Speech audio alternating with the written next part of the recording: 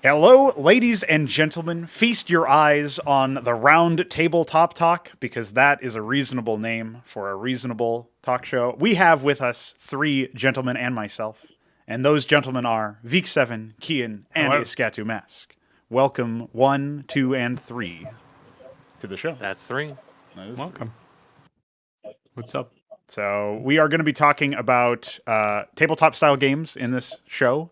We don't know how many episodes there will be, if there will even be a second episode. Really depends on if we have more to say. I figure we probably will. These topics can go quite a while, I think. And in general, what you're going to hear is that we all have very different experiences. So we're going to start there so we have some grounding, some understanding of everybody, what they want out of this kind of show and discussion, and also where they come from with their history with tabletops. So we'll do a brief intro to our histories and stuff, but very briefly, I'll sum everybody up and then we can proceed. I'm interested in using a tabletop style game to explore Xibalba. I also want to ditch dice entirely and see if we can, not have that be a part of how they solve problems or, do any sort of player interaction. So these are, very ambitious goals, and there's probably a lot more to it that I would discover as I get deeper into the systemic design of all of this. Vic and Keyan are interested in playing in that Xibalba game. At least they've said so in the past. And they obviously have their own experiences with tabletop style games that we'll get into as time goes on. And then Mask definitely has the most experience as a game master out of all of us. He's run several campaigns, 2 of which are now concluded, and a third, because 3 are ongoing. And these campaigns were set in entirely bespoke settings. They have completely custom content, many overhauled systems from 5th edition D&D, and I'm sure he'll talk at length about all of that stuff. So, seeing as how I've done the initial summary, I guess I'll also introduce my own history, and then we can sort of go around and get more information from individuals. So, I've ran several games, but only in person. And these never really lasted particularly long. The ones that I played in, as opposed to run, lasted even less time. So I have most of my experience coming from sort of hearing stories about other people, really, and then imagining what that must be like, because I've never really been able to play in a lengthy game or run a lengthy game. But definitely I have more experience on the GM side, which, if you know me as a person, is probably not very surprising, because I really like to do that whole world creation thing. So it was pretty natural that I would be doing that sort of thing. Vic, I'll come to you first if you want to intro yourself as far as history in this sphere. I think you've spoken to me before that you've played a few games, right? Yeah, I played definitely at least one. I don't remember if there were more. But I also, like you said, for yourself, I also heard histories, and I've seen some of games being played, and I've heard stories and stuff, and it's just like, yeah, I also imagine what it could be and how could it be even better, basically. Mm-hmm. Okay, Keyan, you want to go next with your summary here? Yeah. So, well, first of all, hey everybody. You. And second, I've been playing Dungeons and Dragons type games for the last 2 years now, I guess. But ever since I was in middle school, I was playing play by post role playing games where everything was written out and there weren't as many numbers. I've run 3 or 4 campaigns. None of them lasted very long. 2 of them were using standard fare content, set in the world of Faerun and the Forgotten Realms. And then I've done 2 completely homebrew settings. And I've also played in probably 8 or 9 campaigns now. 2 of them ongoing, and a lot of them have concluded or they ended early. Got it. All right, Mesk, hit us with your brief summary history. I know you got a lot to come up with, so I'm sure it'll be an interesting summary. I did some play-by-posts probably about 22 years ago, and kind of like miscellaneous stuff off and on, including even on Belnet. I was introduced to D&D through 5th edition in about mid-2016. I started running test sessions for a campaign in about quarter 2 2017. Since then, I have pretty much worked just about, I'd say, pretty much nonstop on D&D. After that, I've played comparatively very little. I pretty much stopped playing D&D in mid 2017 for long reasons. I played a few short adventures from then till now, I think two or three. very, very small. Just like 4 or 5 sessions each. As far as stuff I've actually run, there is the main campaign I started in 2017, Starstorm, and that's about 100 and if I was to take a while, I think it's about 160 sessions now. Yeah, we're going up on 160. Okay. Not really a lot for how long it's been run, just because of scheduling. Right. Yeah. There's the Albion Series 1, 2, and 3. That's about 26, 28 sessions, something like that. There's the Autumn Wind Series. It's about a 2-year project. That was about 77, 78, 76 sessions. And I'm going to be... I ran a short adventure for roller skates. I'll be running another short adventure for roller skates probably pretty soon, actually. Just out of curiosity, when you say short adventure for someone specifically, is that a literal one-on-one thing, or how's that work out? Usually, yes. Well, in this specific case with roller skates, yes. But in the upcoming one, I'll be running it with HKS as well. Okay. He'll be playing an NPC. All right. So I suppose I actually didn't even think about this until you guys started giving your backstories and histories with the format. But since we're talking about stuff that isn't just purely tabletop, right? We're thinking about like play-by-post and stuff. And Mesk mentioned that he played on Battle.net. I used to, and specifically with Keyan, so he can corroborate this. We actually used to run like worlds or sessions or repeated things or whatever within StarCraft 2, funnily enough, within the Cortex engine in air quotes. I'm very sorry to the hear role-playing stuff, yeah. So it was definitely... It was like an interesting way to try to represent stuff in limited 3D that you have within StarCraft 2. If anybody remembers that, it's just sort of like a side tangent anecdote or whatever. But there was all these wacky things you could do, like you could try to spawn in like attachment actors. So like there was some character that I remember seeing somebody make, and it was literally just like I forget what it was supposed to be, a necromancer, but it was like he had like pure black tinted void rays attached to his arms or something. It was really wacky. So there's some really silly stuff you could have done in those. And eventually they tried to even make it so you could change the terrain and all this other wacky stuff. So I don't know. It was interesting. It was an interesting little tangent of playing that stuff. But yeah, like that. So that's just another area where I guess more recently than my it's still very distant now, but more recently than the stuff that I was doing in person. Something that sort of reminds me of D&D is also the Dogfinity game that you've been playing, because it has some like similar underlying systems. It's way less roleplay, so it's taking the bad and removing the good. Yeah. So as we get into the conversation topics here, one of the things that you'll see, at least that I think, and I feel like there's probably a decent amount of overlap here. Like when I interviewed Mesk on the No Frauds Club YouTube channel, we talked about how dice are very conflicted. Where a lot of people are not sure about dice. They would like to make it so that they don't have them, or they're not as reliant on them or whatever, because they can just take like all of this build up and the planning and they just fumble the execution literally randomly sometimes. So, even though it's if you're rolling a d20, it's a 1 in 20 chance to critically fail with a 1. And in the same way, it's a 1 in 20 chance to instantly guarantee a hit with a 20. So it just feels silly. I mean, the 1 in 256 was too much in Brood War. So why the fuck would we do 1 in 20? That's like way more likely to happen. So yeah, definitely one of those things that seems silly.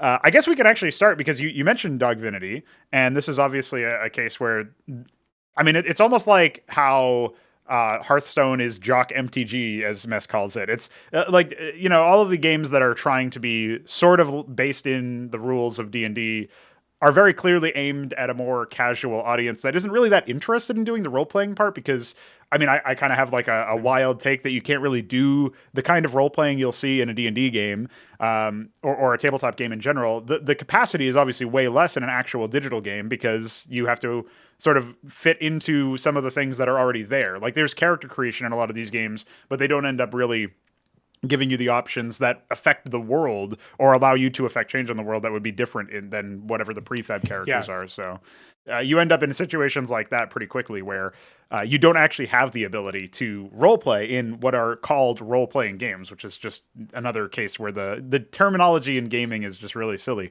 But one of the things that you will see... Go ahead.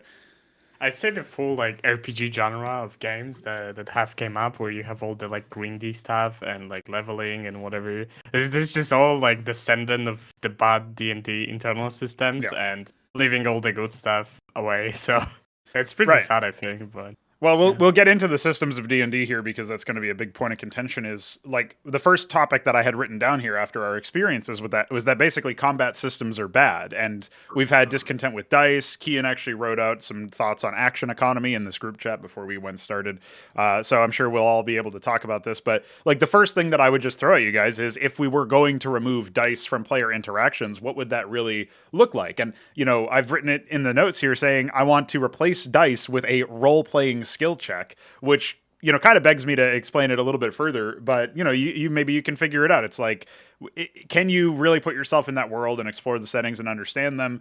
Mesk, you called it a little bit like theater of mind in some capacity. Like, do you guys think that dice are actually that intrinsic to the way that D&D work in your experience, or for me they just seem to get in the way?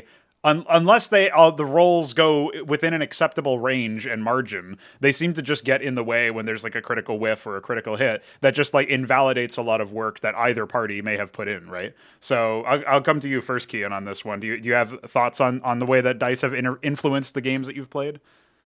Yeah, actually, I think so like if you were, let's say you like watch one of the live shows that are on YouTube or whatever, something you'll notice is that when people are playing, the main interaction is the dungeon master explaining the world and what's happening to the player, and then the player trying to role play what they do to solve the problem or to find the next clue or to move forward. And a lot of the times the dice are really, they're supposed to come in when the player says, I would like to attempt X, and then the dungeon master stops and considers, and he says, okay, well, I want you to do this type of check to see if you actually succeed at that. Or if they roleplay it well enough, they might not have to do any check at all, and the dungeon master will just explain what happens. And I think I see a lot more fun when let's say you're supposed to be one of the most perceptive players in the party, and you have some ridiculously high bonus to your perception check, and you still roll critical fail. Where do you maintain that like believable aspect that this player was supposed to have like a minimum scale or ability to perceive, and they just got like distracted by a squirrel or something, you know? Right. So, yeah, basically, you can have what is the expectation of a character's ability to perform in a given situation, but it can just get subverted and removed or bypassed entirely by a dice roll. Okay. So, Mesk, you've obviously had a lot of experience with dice. So you were talking to me a little bit ago about a character that was absolutely slapping a bunch of your monsters around because they kept rolling high, 18 to 20 range or whatever with their dual pistols, I think it was the specific example. So, but I'm sure you've got plenty of examples where the inverse has happened, where the player really tried to plan out this angle of attack and it seemed really good, and then they just sort of fell apart. Do you have thoughts on how dice have impacted the game? Maybe there's some positive aspect we're overlooking here when we say that it's not very good. What do you think? I don't think you can have a tabletop without some kind of game system. Sure. Again, like you said, what you guys are describing is basically theater of mind. And absolutely, I can give you countless examples of the times somebody plans something else, and then they roll a dice, and it's like LMAO 1. Yeah. That's like half the story of Autumn Wind right there. And, that's how it goes. The general, like, coming into D&D from a game design background, I was extremely adverse to the concept of dice, and I kind of had to rewire how I approached it. The general approach that people familiar with the system over a very long time is they see the dice more or less as a storytelling mechanism. It's like, okay, I rolled the dice. Now the time has come to abstract how exactly this happens. So I did a lot of reading before I actually got into D&D. I did a lot of reading, extensive reading of play-by-posts and stuff like that, using a much, much harsher system than 5th edition, where if I remember, it's D6s, and it was something like the bottom 2 are critical failures, and the middle is like a midway point. Yeah. And only the upper 2 are actually positive income. And people would do like one thing and they would just get instantly killed all over and over and over again. There was someone his literal meme was to die to tentacles because it happened constantly. And low TTK. Yeah. it's like you roll a die LMAO, you're dead. And like I've seen both sides of the fence where there's people who are just they've gone through so many games they become completely impartial and desensitized to it, which I think is a wrong approach. But then there's the other people who are like, oh my god, I have to have the highest stats possible. I've seen people refuse to play games unless they're allowed to bring in characters with stats from other games. And then they had to like hide the stats of those characters from the regular players of that game because they use standard array and all this other bullshit that's just fucking pants on head insanity. Like I've seen both sides of the fence. I think that's the wrong way too. When I look at it from the Dungeon Master standpoint, to me, the ideal game is where we don't have to roll dice outside of combat. Sure. Particularly, probably the main contention that I have with it is particularly conversations.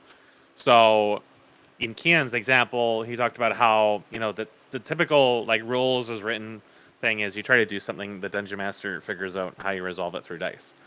When I approach combat explicitly, for me, I'm paying really close attention to not just how well people are trying to like role play, quote unquote, but how people are trying to navigate conversations, especially when it comes to things like debates or point of contention or trying to convince someone or stuff like that.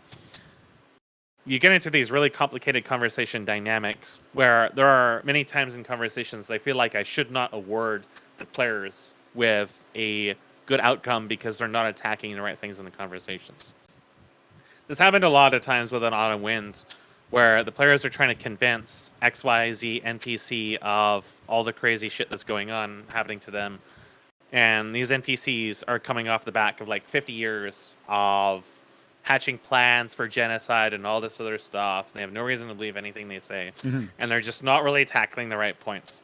And it's like, this will never actually come down to a dice check for persuasion or whatever. The only time I'm going to bring up a dice in a conversation like that is if I reach a point in the conversation dynamic where I feel like there has to be a contest, that the players have to actually work themselves into a point where they can actually use dice. And I tried to view the world the same way as possible. We have someone who literally has like eyes in his asshole.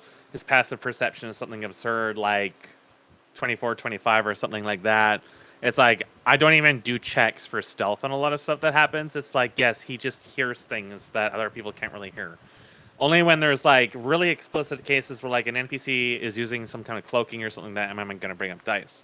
And, half the times that this happens, the rolls are really bad. And it's on units that realistically should not be rolling really bad on stealth. Mm-hmm. But when it comes to the point where it's like there's going to be an incident where it's relevant in terms of gameplay rules for a resolution to be made, then I'm going to start making hidden rolls about stealth or whatever like that. And then there's encounter rolls, which are their own bag of dicks. And when I look at the system and I try to imagine how would you do this without dice, I don't think it really works unless you decide to make something that is explicitly unlike D&D, which brings us to Theater of Mind. And I think that's perfectly viable. I think it's absolutely reasonable and is something that you can make work. What I also think is that if people are struggling to successfully roleplay within something like D&D, they are going to struggle even more within something like Theater of Mind. Sure. Because the rules act as like a molding, a governing that help determine things. The biggest issue with systems like 5th edition is they're made for people who breathe with their mouths, who lick windows, and who play games on cell phones. So it has been dumbed down to the point where it is incomprehensibly stupid and extremely vague about all kinds of things. There's basically no customization. There's just problems all across the board. Action economy is just one thing. It just doesn't really facilitate creative exploration from the player's perspective or from the DM's perspective. It's for modern sensibilities, man. So yeah, you don't have any opportunity to explore yourself. Like you said, there's no customization is like the key thing, right? So like you really do need to do all this crazy stuff that you did with the systems to try to make it completely different. I wanted to fire back on the point about the Theater of Mind thing relatively briefly, because I think, so you were saying earlier that you think you need a gameplay system. You can't just have Theater of Mind or whatever. And so I was thinking like you would still have interactions, which, I mean, I don't exactly know how you would think, like I was thinking about an action economy, which we'll get to as a separate topic a bit later, but like I was thinking, you'd have different phases of your own, like each turn would have like a preparation. Basically, action what and I'm stuff saying like with that is that dice are unnecessary. Sure. But you would want to move into a more gamey system with very explicit rules. Yes, exactly. So Like like an if you have actual this game. weapon, it deals 5 damage Yes. or whatever. Yeah. So that's sort of what I'm thinking is like, if you're talking about being in an area like Zabalba is this very expansive science fiction setting that has, all of these members of different races and regencies, and they're all relatively familiar with each other. Like maybe some of the more outward factions might not be aware of some of the more wild and eclectic options and exotic options, but for the most part, like a lot of the common ones are going to be fairly familiar with the capabilities. They're going to be well trained if they're military. There's going to be all these elements. Like you're not really going to miss a shot. Like that would be like missing a shot in an RTS to me. It's not very believable that you would have this option to take aim, to prepare an attack, and then I rolled a 1 and now I missed the shot horribly and shoot myself in the foot or something. Like it just beggars belief and completely removes the idea that you can, you're an actual soldier in the world, and that would actually interfere with the role playing aspect, not aid it or abet it in some way. And that's the main thing that I come at this with, thinking like, if I just know that like this kind of weapon deals this kind of damage and this in this quantity and like has these side effects, and then I know that like, okay, well this kind of armor works in that way or whatever. Like I think you could have all of these statistical elements, and really it's like, you would just have to get very granular with it, right? So you would have to have like an area, like, the video game weak spot idea, but applied to this sort of thing would be, obviously headshots would deal more damage to organic targets. And, maybe there's like a mech that has a weak spot in the back. Like, I think you actually had this exact example in one of your games, Mesk, where there was like some sort of automaton that you could attack from a specific angle or something to deal bonus damage to it. It would have less armor there, or maybe it was just like a higher chance to hit or something. So like, there's all of those elements where it's like, you can imagine a world where the things do consistent damage to consistent, like basically the interactions themselves are consistent, and you're just discovering them as part of the role-playing experience, especially early on. You're discovering what makes like how the system works or whatever. And I don't know exactly how we would present it, because then you start thinking about like, well, you're probably doing this digital online because nobody really meets in person anymore. So how would you exactly do something like that? That gets into a whole technical thing, because all the tools are terrible, obviously. But you think about like what to do with this sort of thing. I think you remove, like, dice are unnecessary, especially if you have a system like what we're talking about, right? That's sort of my initial thought. I think so. Go ahead. I'd say, I don't know, if I were to summarize dices, I think I would just say that they mitigate like all the problems with the numeric system of D&D, or like, because like all the attributes are like binary checks otherwise, right? But it also mitigates all the good of the role playing and the strategy. So yeah, I feel like replacing it with actual gaming stuff would be really good. And I had this game planned a while ago where I wanted to basically do like this client in Anticatera or whatever, where I would be able to, like, the DM would be able to make maps the same way that you would make maps in Anticatera or something similar, right? And you would not have the dices. You would have something like simpler, where you have like all the items, all the traits, but you don't have like overcomplicated classes, leveling, or the bad stuff that we'll explore later, right? So I don't really feel like dices are necessary, but I guess one thing that came to mind, that maybe if the ranges of rolls were a little bit sane, so instead of like, let's say your character is really strong, then instead of rolling from 1 to 20 or like from 1 to 25 or whatever the convention is, what if you would just roll from like 10 to 20 and you just like disallow the minimum strategy from happening if you're well versed into something, right? And I think Keyan also mentioned that recently. Yeah, so actually this is a perfect segue for something that I wanted to mention. A big consternation that I have with these tabletop games, especially like 5th edition and Pathfinder 2nd edition, is that the game never really does anything to mitigate your ability to fail so hard, but it does give you opportunities to try and like overperform, right? Because your modifiers and your attribute numbers are only going up. But I think that like that slowly pushes the target audience towards gamblers and spreadsheet enthusiasts, because instead of Because part of the fun of the game does come from optimizing your character to fill a certain role and to fill it in a way that's fun and interesting to roleplay. And you slowly move away from that when your only concern is stacking your features to get a fucking plus 33 on your roll or whatever. Yeah, absolutely. And there's a specific ability that I liked. It's a rogue ability that you get at 11th level, and it's called Reliable Talent. And it's described as you have refined your chosen skills until they approach perfection. Whenever you make an ability check that lets you add your proficiency bonus, you can treat a roll of 9 or lower as a 10. And I've always asked myself why that kind of like that limiting failure in things that your character is actually good at wasn't expressed in other areas of the game. Yeah, it seems like something that should just be consistent, right? Like I literally cannot. My baseline level is too high to fail in the way that it can sometimes do by dice.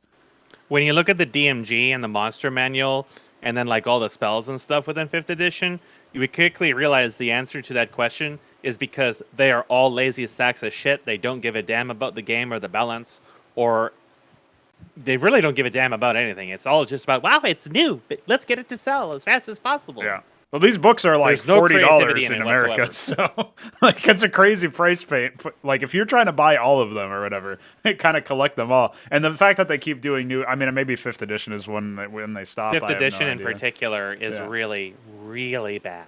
Like start to finish, it is just terrible. Yeah.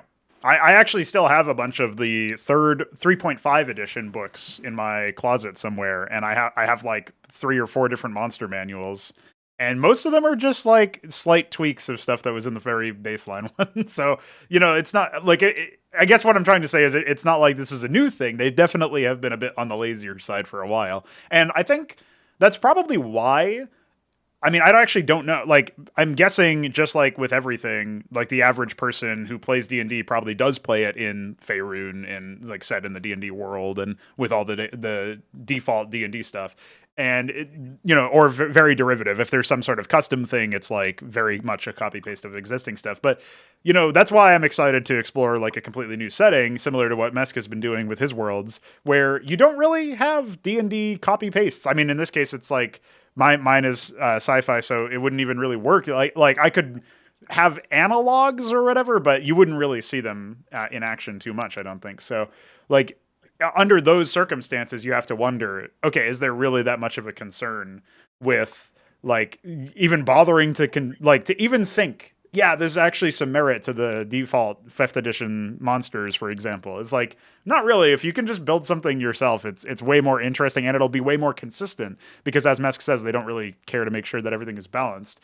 And I think the dice probably don't play a huge part in the balancing, although I haven't played 5th edition, so I don't know. But I feel like it's probably more of an issue of base traits, and that sort of speaks to what Vik said, where the dice basically, like, they almost act in some ways as a sanity check or a basic limiting factor of when the numbers are too out of whack, and because all of the interactions are very much binary.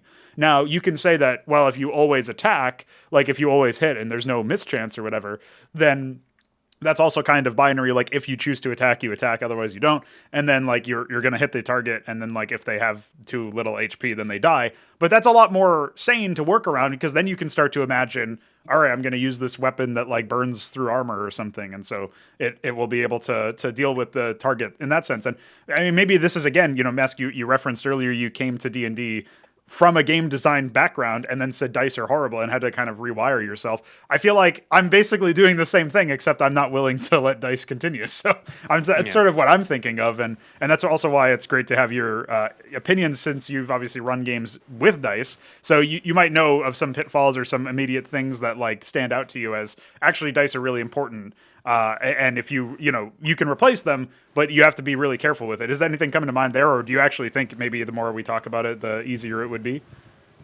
My gut instinct is to say the first point of contention is going to be an entirely different crowd of people that you're going to go for. Mm-hmm. Oh yeah. Like, that's something we didn't really talk about. You mentioned it, and it's like if people are not really avid, creatives and role players, then they're really going to struggle in a world that's about that. A game that's like, here's like a set of stats that are very consistent. Okay, you can get behind that, but it's not very gamey to have no dice rolls. Like, for some reason, that's just like ingrained in people. So you'd almost have to present this, just like everything else the No Frauds Club does for that matter, as an alternative solution.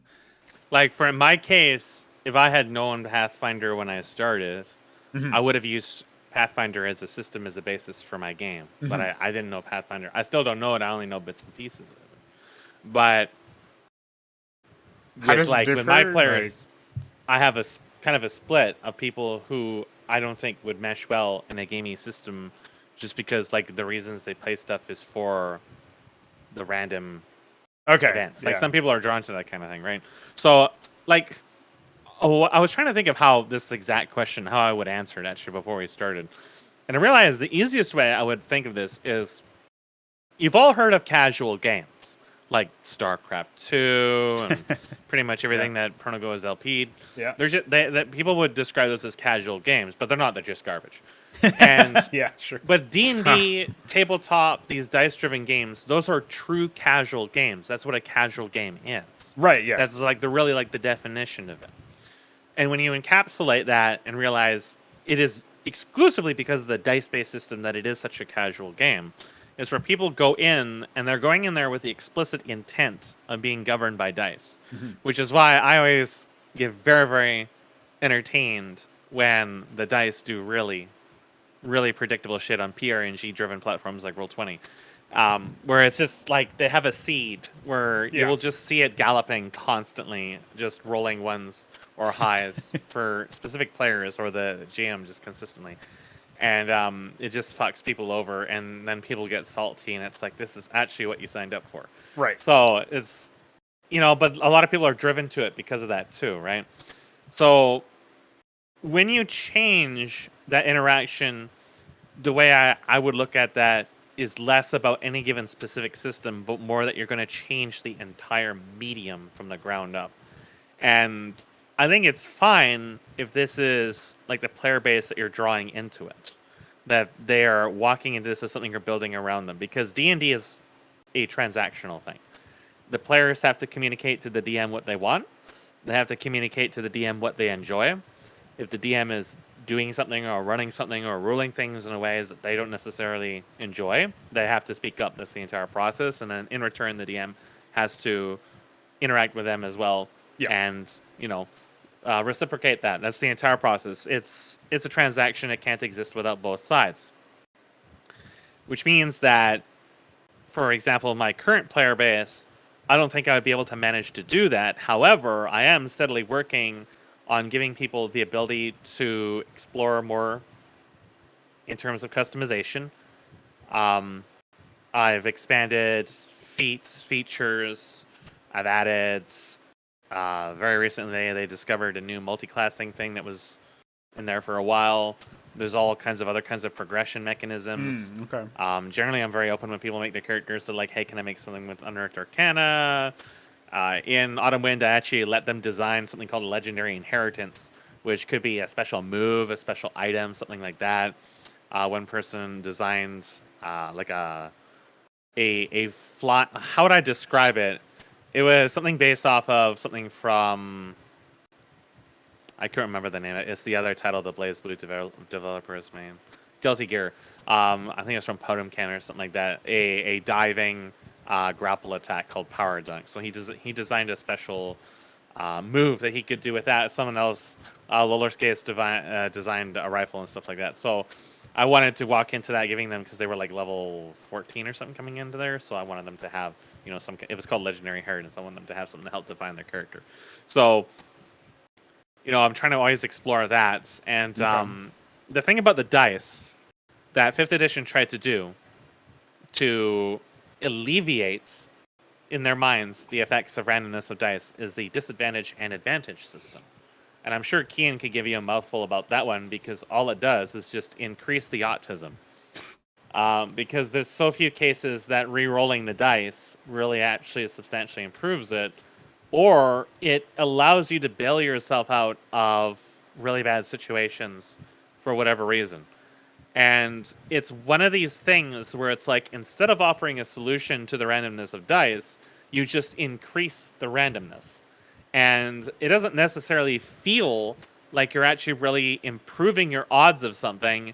You're just kind of like increasing the entropy of the resolution. For example, the fighter class has something called Indomitable, which is when you fail a save, you can re-roll it and take the new result. Most 5th edition games are run with something called Inspiration, which, depending on how the DM rules it, you typically have a chance to re-roll something before or during, usually session specific. For some DMs, they let you get a Inspiration re-roll chance if you do something like for rewarding good role-playing, basically. I've typically given it once per session, and then sometimes based on roll, whatever. But I don't let you re-roll something unless it's been, unless it hasn't been declared. So that's another thing too, is these re-rolls and stuff like that, and applying these extra dice like superiority dice, which is an extra like D8, D10 that fighters can tack onto a roll. Some people may allow you to roll that after the result has been declared. Like if you attack something and miss, then you can try to attach a precision dice to it. Well, I started rolling it, you had to attach it before the resolution was made clear. And going through all that, it's like those are the cases I think you absolutely can look at having just a better system. Like Keyan said with the rogue thing, was something I was thinking of when you were talking about this and when Vic was talking about it. Having ways to kind of pad out these critical failures. And I was like, yes, I remember. In 5th edition, there are some things that just flat out let you treat certain rolls below a certain point as like a 10 or whatever. And that absolutely makes sense to have, especially when you go into later tiers of the game. But also, like I said, D&D 5th edition was built for 4 players running very, very specific adventures like the Lost Mines of Fendelver, going up to maybe level 4, level 5 at the absolute tops. Once you hit those levels, the game, its systems, the balance, everything comes crashing down in a fucking hurry, getting to the point where units are all immune to anything that's non-magical. They arbitrarily reflect 1/5, 1/6 of the spells thrown at them. They're immune to entire ranges of spells. You have other spells that are basically save or die, 10 minutes of straight-up invincibility. You can fail a save and be in prison for literally all eternity. There's things that are completely indestructible to anything besides one spell. Nice. There's there's also, which everybody knows is insane. Yeah, There's this also is exactly what I expected. There's also spells where you just, if you don't make the save, you just die. Yep. And this even happens quite early in. Magic Jar is one of the really, really nasty ones. And Gias, which is a month-long charm. These are relatively low-level spells. There's Simulacrum, which rules as written, you can create infinite clones of yourself, all with the same kinds of spell slots that you had when you made it. And like then there's the way that the gold and the drops are ball balanced and everything like that. It's all driven by randomness, and like the whole system surrounding that needs to be just thrown out. Which is why I stopped referencing official material really early into making my campaigns. Yeah. To throw one more thing in there, Sure. there's a really silly interaction with rogues where there's a feat that you can take that a lot of people ban because it's very silly, called Lucky, where you get 3 luck points and you can spend them at any time to just re-roll anything that you rolled. So you play a rogue who gets, part of the rogue's character is that they get really high rolls and then they're really hard to hit or like get stuck in traps and stuff. So they get expertise on some skills, which means you can roll a 20 difficulty check is supposed to be really hard, right? Like, because if you have no modifiers, then you have to roll a natural 20 or crit success to be able to do it. When you're a rogue at like level 6 or whatever, and you have expertise in stealth, you just roll like 30 stealth checks, and it's a lot of people just describe it as you vanishing into thin air because you can't be seen anymore. Right. Yeah. But to get to the point, you combine Lucky with a skill called Evasion, which makes it so that if you would fail any like dexterity check to get caught in ability or trap or something, you instead you only take half damage, or if you would take nothing for taking half damage, you just take nothing instead. And then every time you get caught in something by the DM, you just spend your luck points to get out of it for free. Okay. So you only get free? Well, I imagine it's like per a day. rest or something. You have to rest Yeah, to so recharge them. technically Oh. for every time you long rest, yeah. You have the inverse, where every game that I've played, including ones that I've run, where there is some kind of like pit, people will get trapped in that pit and fail over and over and over and over, and you will spend 4 to 5 hours of people making checks to try to get out of a pit. Every fucking game I've ever played that's had some kind of pit or something in it. Is that just because of has the rules happened. for how you climb out of a pit, or what? Like, why is this so consistent? They will fail they'll fail the dexterity save to avoid the trap. Yeah. And then any attempt to actually get out will fail as well. And then people will attempt to help them, and then it will also continue to fail. And it will just keep happening over and over and over. Right. And they'll just be stuck there forever until they finally roll out. Schwa ran a game for us, like, I don't know, it must have been like 2-3 years ago now. It was a long time ago. Right. And there was a spike pit trap that my character just flew over because I was a lolly with wings because LMAO tiefling feats that got added in later publications. Other people had to crawl across there. I think like an NPC got across there easily, and then one character fell in, and then after that they were stuck there for hours trying to get out, just all taking tons of damage. And this is supposed to be like a time-sensitive situation. Right, But this is the other thing. You enter Dio time, where you have events that are supposed to be like each round of combat is supposed to be 6 seconds, but then you have like straight up full on conversations and shit going on within the 6 seconds. Okay. This is supposed to be a time sensitive situation, but technically you're resolving all these attempts to get out of this pit within like, just a few seconds. But meanwhile, in real time, it's like hours are going by where you're just constantly failing saves to throw down a rope and having someone climb a rope and have people pull them up. You'll just roll one over and over and over and over and over again. And like, you can't just give them it because that's a part of the system. But at the same time, you're talking about like this huge fighter guy all decked in armor and his assistant and then everybody else trying to assist to pull up a character that realistically weighs like 90 pounds. So there shouldn't even be dice rolls for that, is basically what you're getting at. So yeah, it's like when the system has exceptions that are that bad, usually it's a sign. In general, that's what I've seen in game design, that the system's exceptions, like if a system is defined by its exceptions too, that's a bad sign usually. But like if you're gonna have really, really bad interactions like that, it just tear the system in half. You know what I mean? Like start over. Yeah, that's not robust. Yeah. But when Mesk described all the stuff that happens after the 5th level, right, and the 4th level, that's basically what I expected, because like D&D seems like such a bad game design from like my background, and it's exactly what I thought. So if we could find something that works better, that's really great. You were about to say something too, Keyan. Yeah, this was like basically what Mesk was just talking about is a really funny bit that carried out through the whole like first campaign of Critical Role that I watched, where you had like fucking 14th level really powerful characters who can let it go and stomp like 3 fucking dragons, and then right after the fight they would fail all of their lockpicking and strength checks to open a door. Yeah, of course. There you go. It's like I literally punched dragons, dude, but I guess I can't. That literally happened in Autumn Winds. They're fighting like demigods, and then there's a crypt that they're gonna sleep in, and it has a gate in front of it. And I think it had the lockpicking DC for this large lock at like 16, 18 or something. But none of their group actually has sleight of hand to lockpick it reliably. So every single time they had to go in and out of it, they got stuck there, reattempting it forever until finally, I think it got blown up or something. Saved by explosives, a commonplace occurrence actually. So I do think that. So one of the things that Mesk was talking about that eventually we'll probably want to talk about is definitely like basically how can you design a character or like a progression system or something like that isn't stupid, that doesn't have a lot of really problematic like edge cases or just eventually arrives at an untenable location.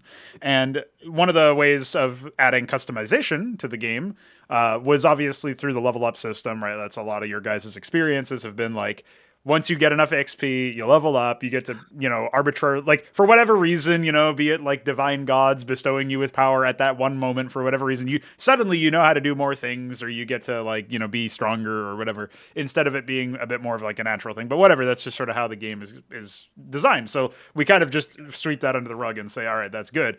Obviously, I was saying this on a recent Crow's Nest.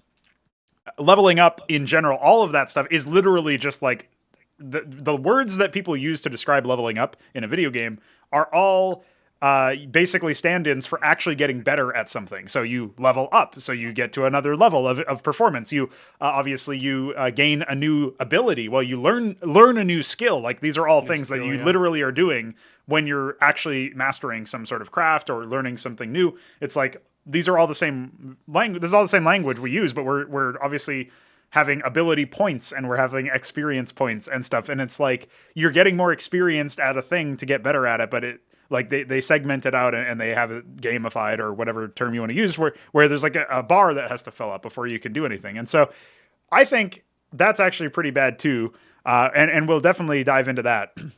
But before I do that, I wanted to talk about stuff that happens before you level up, which is basically your baseline character in a lot of these cases. And this is where I come down to like, it's very similar actually to like a high level fighter that's really decked out and really strong and like, but it's failing a check or whatever to pull up a 90-pound person. Like that's kind of similar in scope to what I'm talking about here, because we're talking about stuff that's intrinsic to your character. So you pick a character and they have certain traits because of the race that they are. They have certain, maybe like their background or something. If you're not like starting with a blank slate, your character has done stuff. So maybe you write out some of its history or you think about like where it came from or whatever. And then, on top of that, you also have anything that you have equipped. So your items, your gear, and maybe you've been bestowed with some sort of status effect that gives you some sort of benefit, or you've been, you have some sort of malady, some malediction, some negative effect. And all of these will influence what you actually are capable of doing in combat or just in general, right? So we think about like, maybe without, talking about combat specifically, it would be a non-combat example of, maybe you have some sort of temporary status effect that gives you better vision in the dark. So you equipped night goggles or something, right? We could all imagine stuff like that. It's fairly simple. And this is all stuff that's happening from things that you can control that aren't related to leveling up or just some sort of like trait that you arbitrarily unlock partway through your game. The only thing that I could think of that would work, by the way, for like something that is a progression mechanic, but isn't related to leveling up to give you some sort of new trait would be like if you had some sort of like body modification or like a surgical operation or something to give you some extra feature or to fix some problem or whatever. In the same way that like, obviously if you got your arm cut off, you'd be pretty, significantly less effective in combat. That's sort of like what I'm thinking is like that makes sense for progression because you're actually changing what you are, but it doesn't really make sense to just like throw it all out the window and say, well, yeah, I just suddenly can do this thing more because I leveled up or whatever. So that feels really weird to me. I think that if we really tried to nail down the systems, because obviously Mesk was talking a lot about how, like, if you remove dice, you have to have some sort of systems you really want to re-implement the system that dice are being a bandage fix for in order to safely remove dice. And that's mostly especially due to combat. So you definitely need like some consistent rules where the numbers make sense. But I was thinking that in terms of game balance and whatnot, you probably would have like a series of features that exist in the context of like, here's a set of things that this character can do or this race can do or members of this race can do, and et cetera. And then you'd go through that. You'd also have like your gear and whatever you have on you and stuff. And like, there's the whole concept of dungeon crawling as like an easy way to get started because you probably don't have much gear. You were locked in a dungeon somewhere or whatever. And now you have to get out. Like that's the classic one.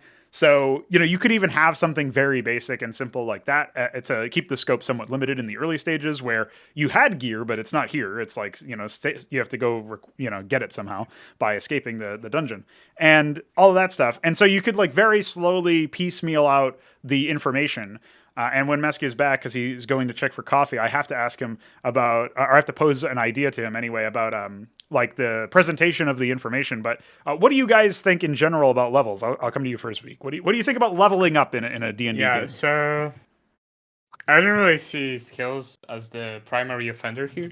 The more problematic thing I think is like the infinite scaling part where you can just absurdly scale your stuff, and it also feels not necessary to just like increase all the statistics. It makes every interaction be changed over time, so interactions never stay consistent. And yeah, I think that is a big problem with leveling. I also don't really see how grinding for experience or whatever or anything like that is really that useful either. Mhm. The skill staff, like I think what you're proposing with body modifications probably makes sense for sci-fi, right? Yeah. But like if you were doing like a D&D game or something, like fantasy style game, where you had like mages or something. I mean, you could technically say that they have spell books or something, so you could try to make everything. Well, you would actually have to spend time extrinsic, learning, right? And that would but- mean, I guess you would have to constrain the initial settings so that they can't just go and like go to the library and look up all of this magic stuff, right? Like it would have to be a reward for right. completing a quest, which is they can like ask a high level sorcerer or something for information. Right, yeah. I think talents like have a place, but not at all in the execution that you usually see. Yeah. Well, I was also I- thinking when you were talking about trying to adapt an idea like body mods to fantasy, the first thing that I thought of was the system that I had developed for Adversary, the potential Dogvinity replacement game that I was thinking of, where you are, you spend a good chunk of your time in service to some sort of deity or another, and in doing so, you will be learning from the other monks or priests or whatever that the supplicants that they have. So that's how you get like the more earthly powers that are more based here. And then if you really go high down that tree, you can get really powerful abilities that are bestowed directly from the deities themselves. And that's sort of how you would level up, because it wouldn't be related to experience. It would be related to you actually trying to do this thing. And then, ideally the game would be paced and balanced such that you can't just go all the way down that one tree. Because, there's this other meme about video games that try to do the RPG style thing, whatever that means, is if you do all the side quests before you do the main quest, you have an easy time with the main quest, right? Because you're super kitted out, right? There's like I'm level 99 because I did all this, whatever. So like I've got all this gear. I think God of War is actually the opposite. But... Well, yeah, I actually don't know the details, to be honest. I only played like an hour, so I couldn't get very far. An hour too much. Yeah, exactly. I feel so sorry for Keyan. Yeah, he's played a lot, dude. That's crazy. I have to watch people turn into chickens and then burn. Okay, so... Well, that's different. That's from a different game. But yeah, so like I just think, so basically to catch everybody up, the question here is, how do we have a replacement for experience and leveling without obviously distracting from the core idea of like characters can customize, like players can customize their characters to a way that they like, and that will give them the opportunity to do interesting things and obviously upgrade or change their capabilities, especially since, something Keyan said very early on was one of the really, really fun aspects of the game, of the whole idea of the game, is customizing your characters so that you can fill a niche or a role within your party, and to do so in a way that makes it interesting, fun, engaging, and doesn't trivialize everything. But a lot of people will go the way of trivializing everything by doing we call them spreadsheet enthusiasts, I think is what Keyan said earlier, is like the people who just want to like repeatedly get a bunch of progress and get a bunch of stats and sort of like hog all of that stuff so that they can just trounce every fight, right? Yeah, I think that's like a big problem of leveling. And I was actually thinking that if we would like accept other things from D&D and we would just remove leveling and actually make stats like attributes be about trade-offs, so like you trade some strength to have some wisdom or whatever, that could make it better. And then having like a carefully designed skill tree that is also classless, so you don't have to like go one class only. You can just pick and choose, and you'd have to like design the tree so it's actually has all the like intrinsic properties that you would want them to have in a system like that. But I think that would be a good start. And then I would probably also try to replace attributes with first order statistics, like I talked on Crow's Nest, right? Yeah, when we were talking about adversaries plans, where there won't be any attribute points, you'll just have these intrinsic stats to who you are as a character or what creature you are. Yeah, instead of having like strength, you just have the damage. Yeah, or whatever, HP and damage and whatever. Yeah. Movement speed, attack. Yeah, I think that would be like a good starting position for like removing leveling, removing classes. I don't think they like. I don't think having to be restricted from minute 1 to just one path of development of your character is interesting at all. Well, Because the if you have value never of played, for having example, the value of having a class really quickly is just that you are basically saying this is kind of the role I want to be in the party, or I want to like explore Yes. trying to present this role. So I can see the value in it for newcomers or people who are just trying to get started with something, because it basically is similar to how dice govern their combat and other actions. Their class kind of governs what they want to do. It like helps constrain the choices that they have so they don't get choice paralysis, especially if they have to like completely set everything up from the ground. So I can see that being the yeah, thing. I agree that's like very valuable, and you Yeah. would want that, and like guiding the first-time player towards like picking a role. But I don't think the system has to be necessarily like intrinsically corrupted with that idea. I don't think that has to be restricted to your only choice. I mean, Yeah. I know D&D has multi-classes, but I don't think they are executed very well from what I was reading. Oh, there's like and a lot seeing of about penalties them, but- in 3.5. I don't know how it does in 5, but Right, it's yeah. it's like And really overwhelming how I think it's probably possible to like solve this problem Yeah. of like introductionary oh yeah, like whatever yeah. tags or whatever without yeah. actually having to corrupt the system. I don't So, think I know that you it's weren't benefit. disagreeing. Yeah, but- yeah. I don't yeah. think it's a benefit. I just see like that's sort of the devil's argument for it. And then if you Right. don't have any like immediately obvious archetypes, I mean, like the one thing that you would obviously have in the system that we're proposing is, say you pick a member of a specific race or faction, they're going to have, you know, different stats intrinsic to them because they're a different biological entity. So if you were going to think about it in those terms, you naturally have like, you know, in Zabalba terms, like Predispositions, right? yeah, you have predispositions are a great word. It's like you are predisposed to trying to, you know, be more on the brutish, you know, frontalist side if you're picking like a Keltar or an Ansifi or something. Yeah. From Zabalba. But I think so. being able to like choose that as your main, because that's probably like the most optimal or the good base or whatever. But then also be able to like specialize. Oh, Yeah. I want to be frontal like tank or whatever, but I also want to do some healing for my party or something. And you can just pick and choose that skill, right? I think that would be that wouldn't be a problem, and it would actually be even better for role playing because you can make your own role basically. Yeah. What you need, what your character is about, and I think that just works better than the class system.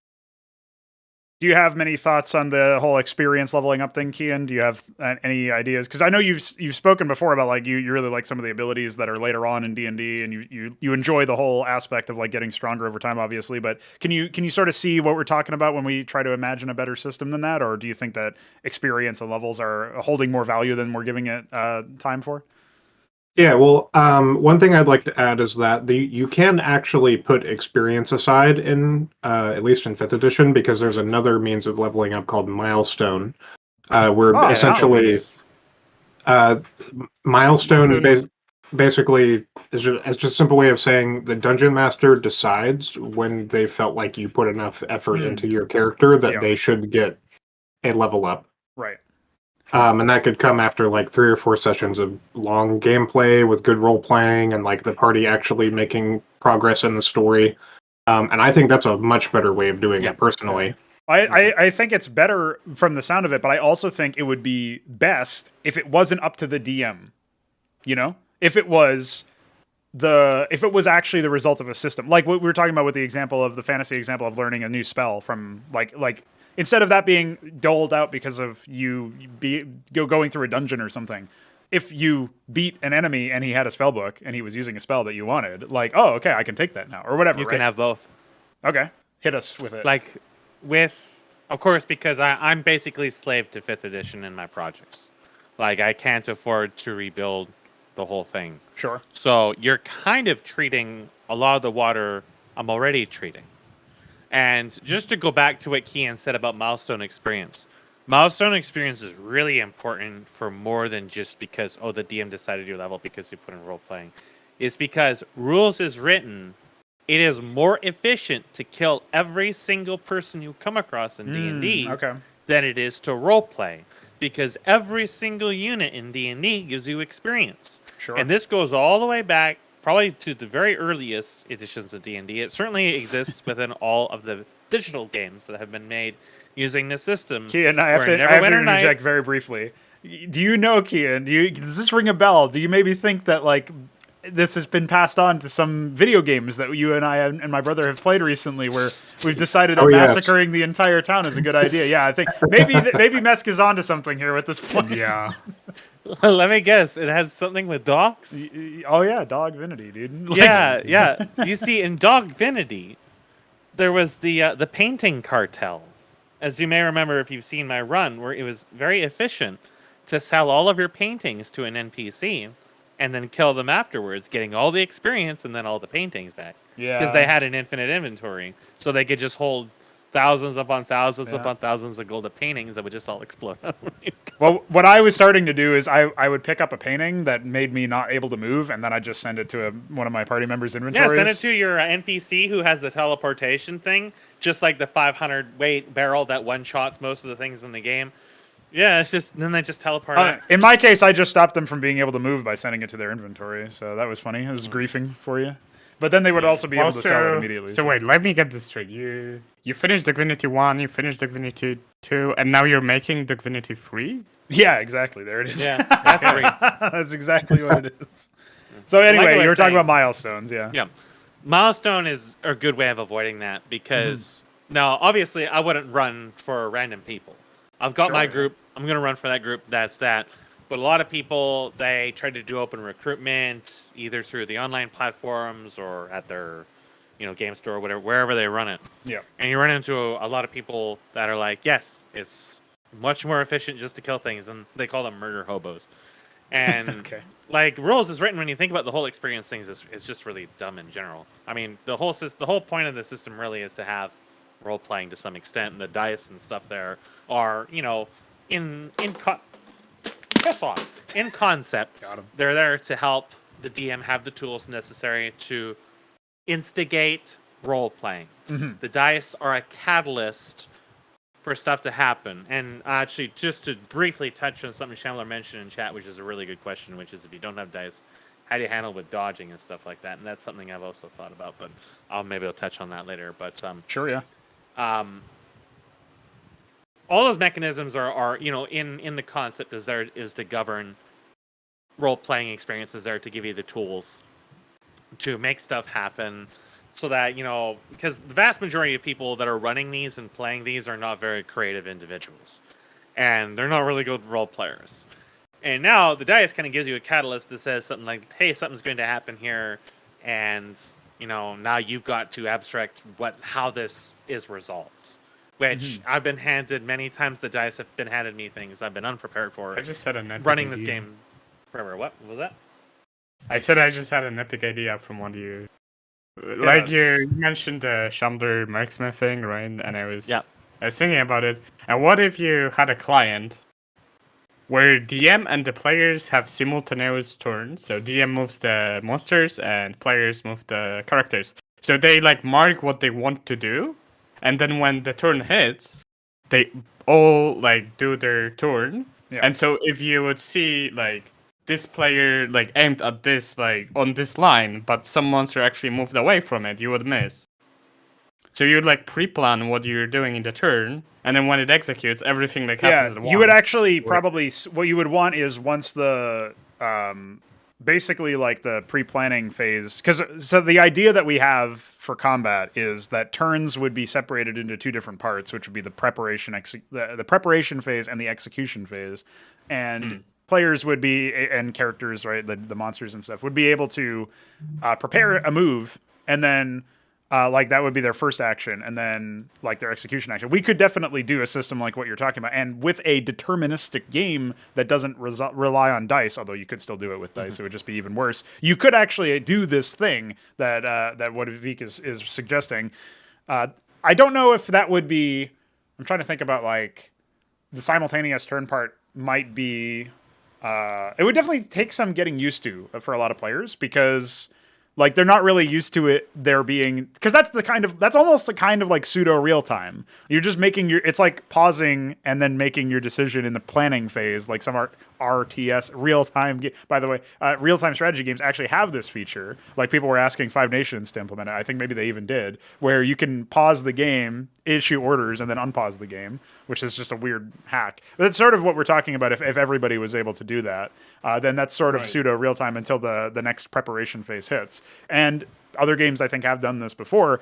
It's not exactly like XCOM, because XCOM does do the sequential turn thing, but you have the team turn. So one team will go and then the other team will go, basically. I actually have some systems in 5th edition that are similar to this already. Oh. So I have implemented a few different ways of... So when I first started, there was a lot of people who complained that combat took too long. And I, to this day, don't understand where that complaint comes from, because my longest combat involving dozens and dozens of units across, like, 7, 8 maps, multiple full restores of stats, that was like 2.5 sessions. It wasn't that long. Most of my biggest fights are under just a few hours. But a part of that is because of the way I've changed combat a lot. So, for one, I've introduced a lot more physical elements into combat. There's a lot of physical projectiles, physical ambient damage, environmental effects. And these have their own initiative.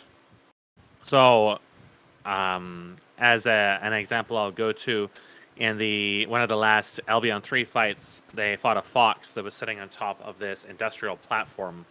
And in the north of the platform, there was a large turret, maybe 2 turrets.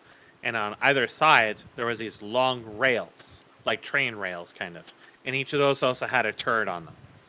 And normally, when you're within D&D, when something like a tank or anything with a turret, siege weapon attacks, it just turning, firing, whatever, it's just part of its action.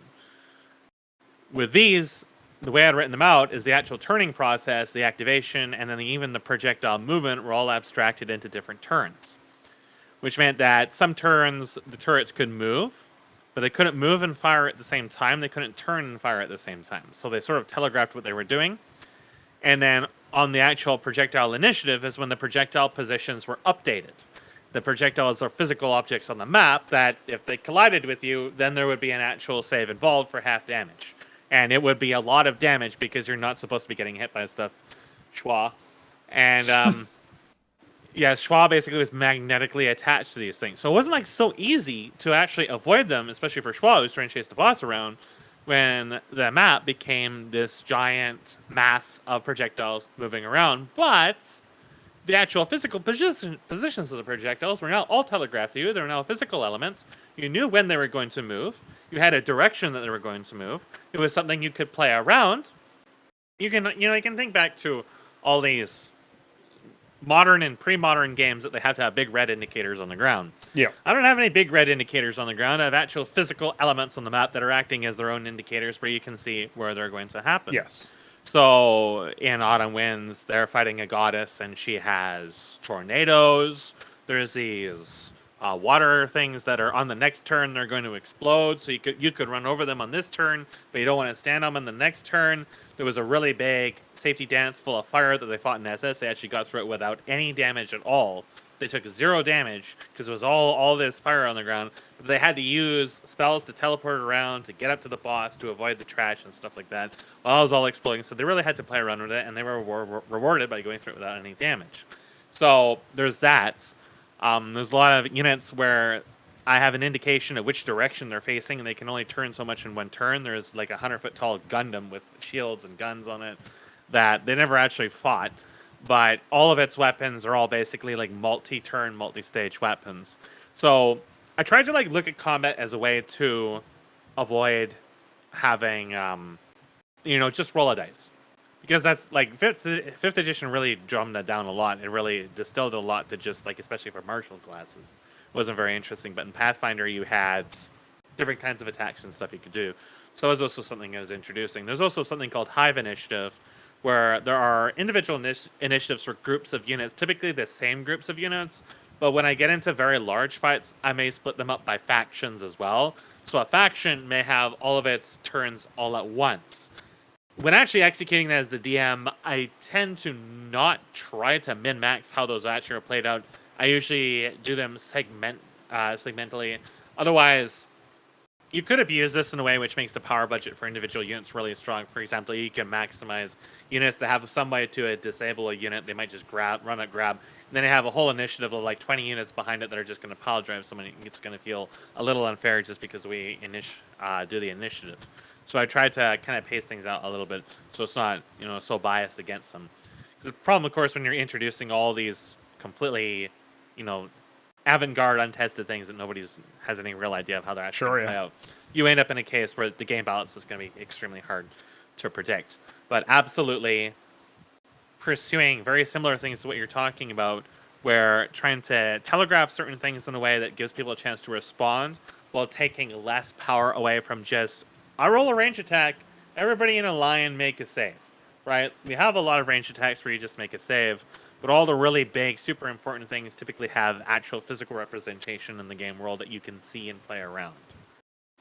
So it's kind of a way of trying to bridge between the disaster that is 5th edition to something that kind of may resemble what you're talking about. Yeah, I mean, the thing that really speaks to me about the whole simultaneous turn thing, or the like preparation phase that you were talking about, like indicating the intention of the character or monster or whatever, and then that being something that can be responded to. Maybe I missed it when you were explaining it, but does that mean that, like, is that a global system now, or is that only for specific monsters? Like, how exactly? I use it for really specific things, because since we run on Roll20, actually managing those projectiles is really, really, really time consuming. Okay. I would use it more often. Maybe not for every ranged attack. Right. Like, I wouldn't do it for the stuff the players do, but for like major fights. Yeah. Like Yellow Virenana wins just about everything she had except for her basic water cannon attacks for all physical elements on the map. Right. And yeah, I was thinking, because I didn't 5 minutes to update them, right? So yeah, I didn't. Oh, that's another thing that will eventually, maybe I don't even know if we'll get to it in this particular instance, but I was thinking, like, the tools really could be a lot better, so that's probably a... Roll20, dude, we could have a whole section where I do nothing about bitch about Roll20, because it's made by Reddit, and the only thing they do is fuck it up. Yeah. Like, I still remember when they changed the removed fog of fan burst war. integration or whatever, so you couldn't even... I think that's what I it was have to called, stream yeah. stuff on a local thing to get music. The most recent, most major fuck up was they tried to add some system that's like, oh, you can mouse over things to reveal their names, but they totally broke the entire service, where now you have the names of shit showing up underneath the fog of war. The names are all desynced from people moving their tokens around. When you move the camera around, everything's desynced from each other. The fucking tooltip things they added can be viewed underneath the fog of war. I was going to use all those things, so I could have like an item glow like in Dark Souls, and you could mouse over it, and the tooltip would say what it is, like it's a scroll, it's a book. Yeah, now sure. you don't have to ask me as a DM for what is this. Right. Now it could show you, but you can't use it for that, because now you can see it over the fog of war. So I'm playing with Luller Skates. He says, hey, I can see tooltips underneath the fog of war. Now I know something is all the way across the map in a direction it wasn't going to go. And it's just like, good grief. And you zone into a map, you can see the names of all the NPCs and shit underneath the fog of war. Dude, Roll20 is a blithering fucking disaster. You want to talk about programming performance? Don't even look at Roll20 or you will die. Like, if Veek got into Roll20, he would probably just drink himself to death. You would never hear from him ever again, because it is horrible. It's that bad, Horrible. yeah, from what I've seen. It is I just that bad. experienced some of it, but I obviously haven't experienced the code, so... Yeah.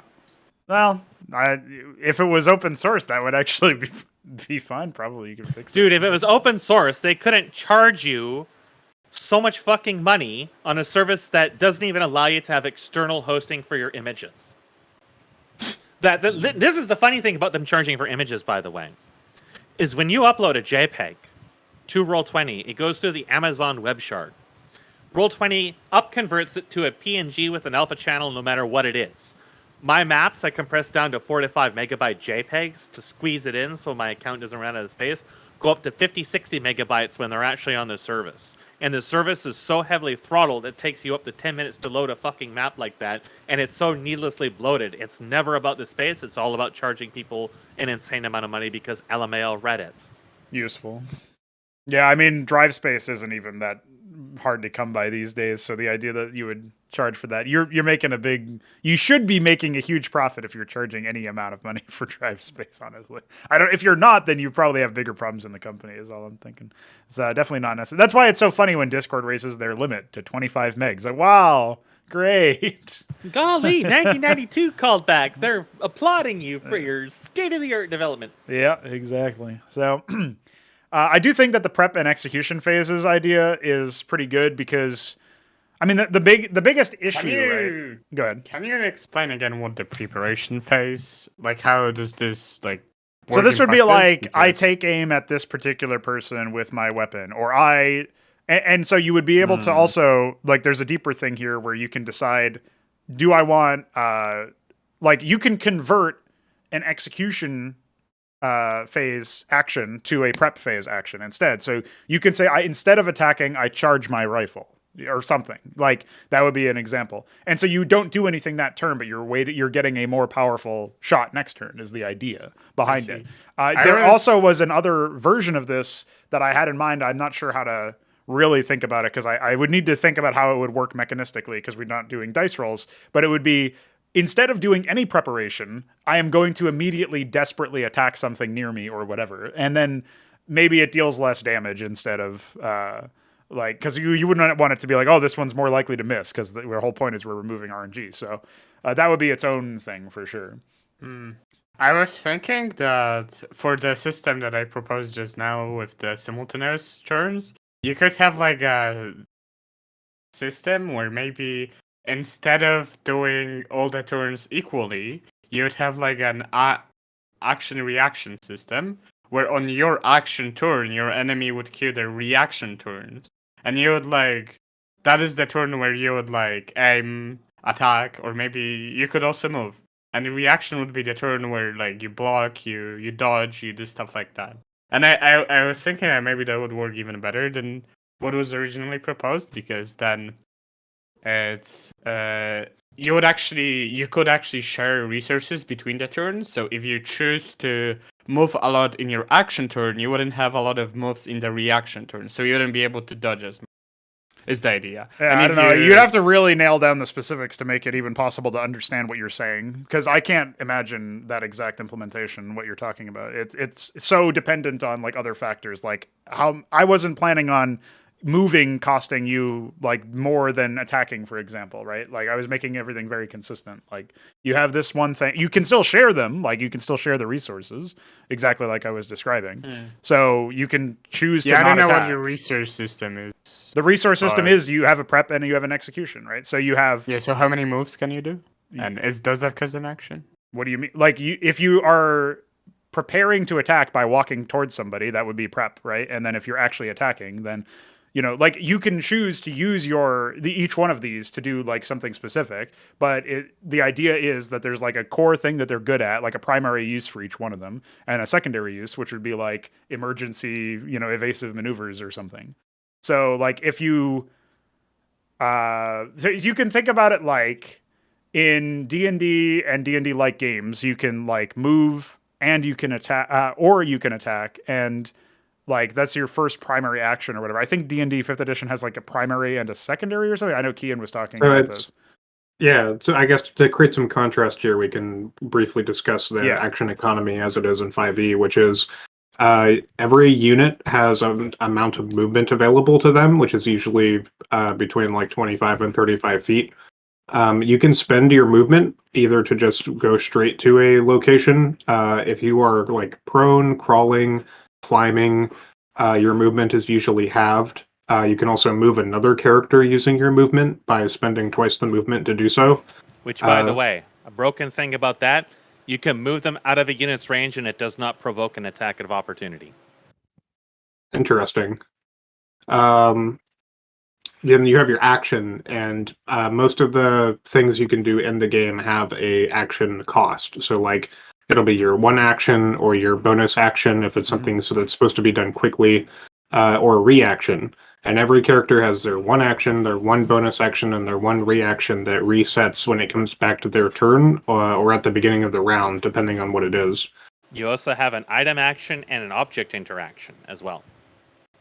Can you? which are very broken because there are ways you can exchange, swap items around, and drop things and interact with things in the game world that make your actual action really stupid, especially when it comes to swapping in and out weapons. Because as a part of an attack, you can draw a weapon, but to put away a weapon is an action, typically, which means you can just drop it for free and pull out another weapon. Okay, I see what you're saying. Yeah. So instead of sheathing it if it's a sword or something, or holstering it if it's a gun, you just drop it, and then that counts less. Then you can still do something else. Basically. I just wanted to interject that in there because the action economy system in 5e is fucking stupid. Yeah. Oh yeah, and I think there's even some silly feature where like they make it so that you can swap weapons as a bonus action instead of just making it not the way it is. Yeah, well, that's sort of like the rogue idea of minimizing failure or something. It's like, here's this thing that actually makes more sense, but it's locked behind a specific class's feat or something, you know what I mean? Or whatever, so that's pretty silly. Yeah, I think... So when I think about the action economy that I would actually want in one of these types of games, I'm thinking of, you want a planning... You want planning to be part of the experience because that's really where the role-playing part happens, right? It's like... I know that I'm a sort of a tank, so I'm going to try to provoke the enemy. I know that I'm a marksman, so I'm going to take aim at the enemy, and I'm going to focus down this specific character. I'm going to maybe zoom my sights in on their weak spot or their head or whatever the case may be. And then, you could even have synergy with this, right? Where it's like the preparation action of your tank is to grab hold of the enemy to hold them still to prevent them from moving, like some sort of grapple. I think grappling has really Tismic rules in 5th edition, but I don't remember the details. Oh my god. So grappling is just in one hand it's so fucking useless. Yeah. On the other hand, it's just really dumb. Yeah. That's sort of what I thought it was from what you told me a while ago. So yeah, it's just I would imagine that preparation would be more about the actual planning. You're basically setting yourself up for the best amount of success using your understanding of the game rules, the game world, the characters that are involved, the monsters that are involved, whatever. And that's where all of that would come from. And so you would have the preparation phase to plan what you're doing. And then you'd have the execution phase to either continue planning if you're planning a really big attack, like the charging of the rifle is the obvious example, or I don't know, some sort of involved spell cast if you're thinking about more fantastical setting, and then otherwise, the vast majority of cases, you would just be doing an action in the world at that point that is sort of the separation between movement and action in 5th edition, the way that Keyan described it, except we don't have all of those extra edge cases like item action, object action, whatever. We don't have any of that stuff. It's just what are you preparing to do? What is your aim? That's what your preparation action is. So I'm aiming to attack this target, so I'm going to walk towards that area, or something to that effect, right? And then the execution action would be actually attacking them or interacting with them in some way. And that's where basically, I guess you could more broadly imagine it, or as a general rule, you could think of it preparation affects myself, and the execution phase affects other people or the world. And so that's sort of how I would try to imagine it, is preparation, I'm moving somewhere. Technically that can affect people, if you have some sort of aura or whatever, that can affect the world, but the primary thing you are doing is affecting yourself, your position in the world. And then you think about the execution as something separate from that. So maybe with that explanation, it actually makes it more it makes it seem more like what you were talking about anyway, Vic. But that's what I think is that it's very easy to imagine what those things do in that sense. So I have to wonder if your system would still include there are things, so you can spend your reaction in 5th edition to do things when it's not your turn. And that's almost primarily if a creature passes within your attack range and it's not your turn, you can use your reaction to make an attack of opportunity on them. Basically just like Divinity. Or if someone is casting a spell and you have counter spell, then you use your reaction to counter their spell, and so on and so forth. I was actually thinking about, there was a topic we were talking about a little bit ago, and I was thinking about how you would there would probably be a trait of a specific race or something that you could Like maybe like you could imagine it as like an armor system or something that like you're wearing this this battle armor and it has like a mounted turret on it and it like fires a reactionary shot or something like, or you know you happen to be a really experienced gunslinger and you've got like 2 different weapons and so like you're able to fire off one of them as a response to you getting shot or whatever. I don't know if it would be like the reaction action is like an interesting idea because it basically formalizes that and makes it so that it's not like an automatic response. So you have to actually make the decision to use your reaction in that way. I don't know how many cases in 5th edition it actually would make it interesting. Like, is it ever the wrong choice to use it? Like, would there be cases commonly where, oh, I used it too early and I wish I had it now? Is that something that even happened? Because you just get it back in the next turn anyway, right? Sometimes, yes. Although when you have situations where it really gets down to the wire, the DM can be quite skilled at baiting out your reaction, or putting you in a situation where you use up everything you can do in a given round, and then the opportunity to have spent your reaction will come up, and you won't be able to save somebody. I see what you're saying. So One of the biggest things is the shield spell, which is a reaction to give yourself 5 AC until the end of your next turn. It is probably one of the most powerful spells in the game. There are certain ways you can bait out reactions, either through the attacks of opportunity, or you can disable reactions on some spells. If you do that to people who depend upon the shield spell, it can really fuck them up. So what do you think? What are your thoughts so far, Veek? Now that I've explained the system more elaborately. Yeah, I don't know. I don't know. As I think that one also has potential, but I was just trying to explain what I thought of, and I would probably want to look at them both in detail to see. Yeah. The problem is I can't imagine what practice, yours was. You were talking about like all these ways where you would have different things, like a different. I was thinking that. So I'll try to explain. Yeah. I was thinking the action economy would be really simple. You would just have like squares of move. Like you can like move. Let's say your character can move 4 squares or something. Yeah. And then you would have like 1 action or something. And maybe those are increase or decrease or something. Depending on items or whatever. And then in your action turn, you would this is like basically where you start, and you can like move those 4 moves. You can do an action, and then if you instead decide to not use some of that, on the turn of the enemy, you can simultaneously like use some action, like maybe move left to dodge an arrow, or maybe use I guess that would be the preparation action of like, oh, prepare my shield forward or something. That was basically my idea. I don't know if it's still complicated. You don't. Well, it sounds exactly like my idea. So what are the differences?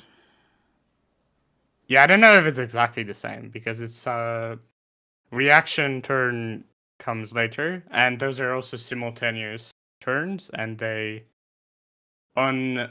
so if you have the action turn, your enemy has the reaction turn, and then you swap. Basically. Oh, my biggest concern with that is just that it would prolong combat insanely, is my thinking, because you would pretty much always be able to react to something instead of it just happening to you. It depends if you spend your action on the action turn, on your action turn. Well, no, because you were saying it depends on how many actions you do, which is where it gets confusing and convoluted to me. Because now you can do many things, but if you only do half of those things, you still keep your reaction or something. Is that how it works? Yeah, because that's what you were describing it. Probably write it down. Yeah, like it's I really. think it's way simpler than you seem to like. You seem to read from what I was saying. Yeah, because what you were saying is like if you move a little bit, then you can still use your reaction, for example. But if you don't move, then you can, or if you move too much, then you can't use it anymore or something. And I don't know where the line is on that because you would really need to formalize that in detail, right? Yeah. So in that case, it just would be the number. So if you have 4 moves available and you use 3 of them, then you leave 1 move for the reaction turn, basically. The idea, but yeah, I probably will write them down for the next time if we have one, and we'll see how it goes. I think that having many moves is a pitfall in general because it basically guarantees that individual characters have a lot of agency in their turn, but it also makes the turns last a long time because you have to account for where you're going to use all these moves, and then you have to imagine: if I save, say I don't have like.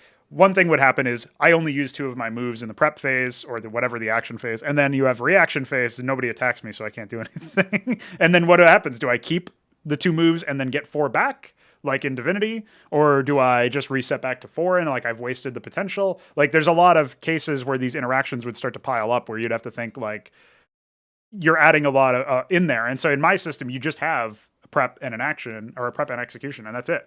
And so you don't have to worry about them like, running back. Now, Keyan's point about like having some sort of formalized system for reactions is probably useful, because you have to think about like, well, there's a lot of opportunity basically for, having sort of like playing around with the turn-based limitations and constraints of the gameplay, because then you can say like, here's my game, and you've got like you wait your turn to go, but like actually if something happens near you, you can respond to it.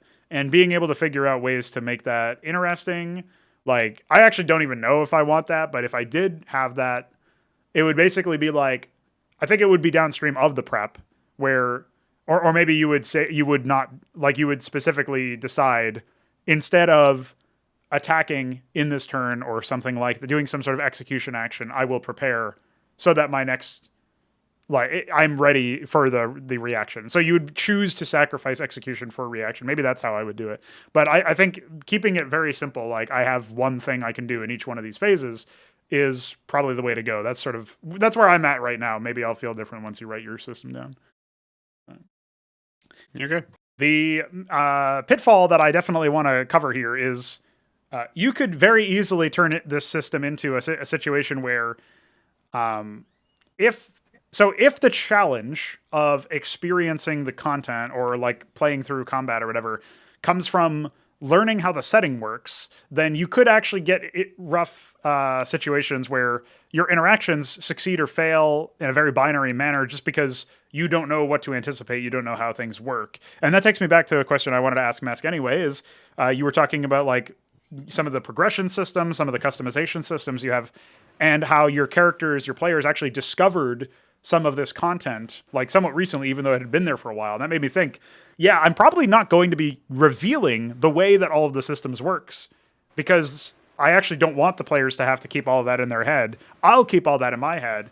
And if they tap into that, then, I can provide them with, they can just observe the results maybe, and that can be enough. But I can certainly provide them with some sort of, documentation or whatever, like on their character sheet to some degree or whatever. So like, do you think, Mesk, that it's a good move for, if you have all of these bespoke systems, if you're coming up with all of this game design, that you don't actually tell them how everything works, tell your players how everything works, you just let them sort of observe it? Like, how did you handle, for example, this progression system you were talking about for customization that they didn't even know about? I think it was a multi-classing system or something. Like they didn't even know about it, and then they discovered it more recently, you said. So like, how did you handle something like that?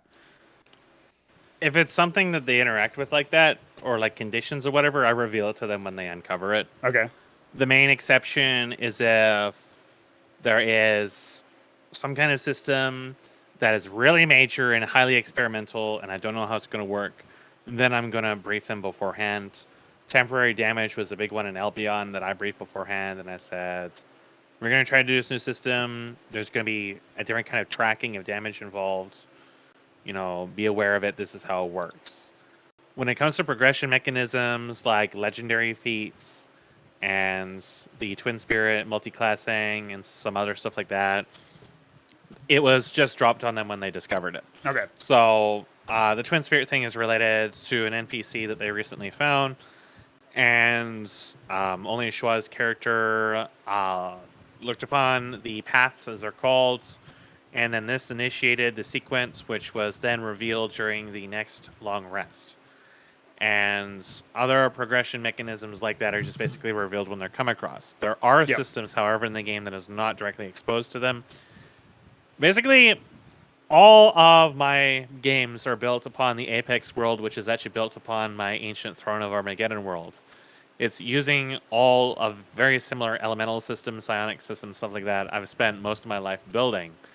Most of this stuff can't really be exposed within D&D. It's too much. Like, for example, within D&D you have intellect. And intellect is basically how much you read books. But intellect is used to govern all kinds of things that have nothing to do with reading books at all. within my system, I envisioned about 3 or 4 different stats that break down intellect alone. And then when we get into wisdom, things get even more strange. And charisma would not exist as it is now.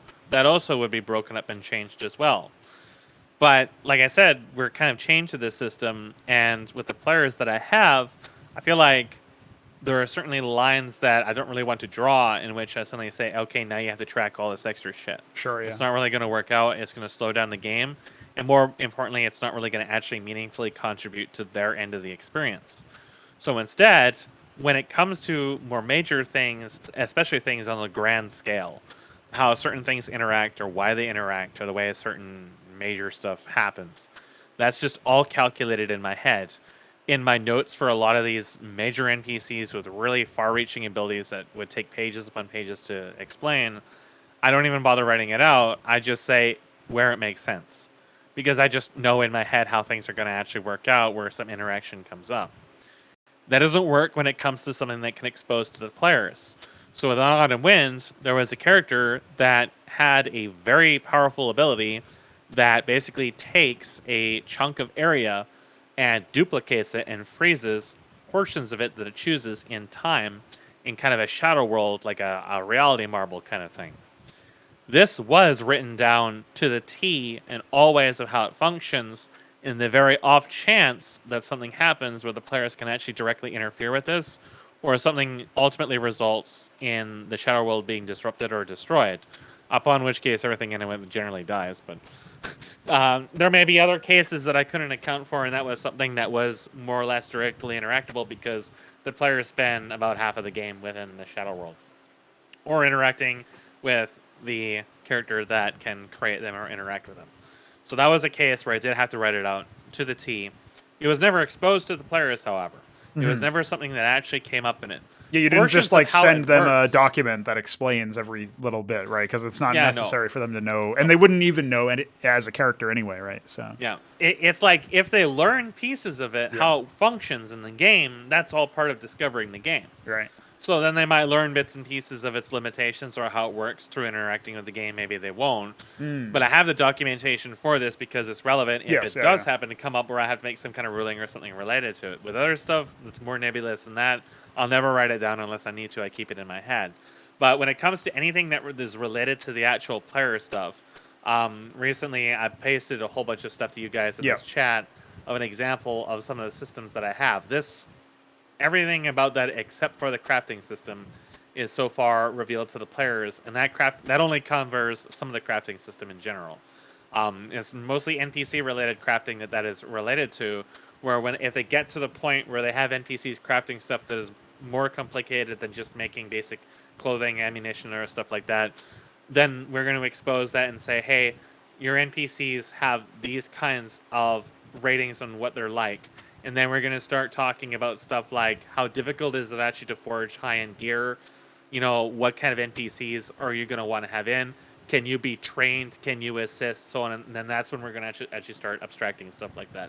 But otherwise, most of the stuff in there are directly from player-exposed documents, like the errata, high function, low function, stuff like that is all exposed to the players.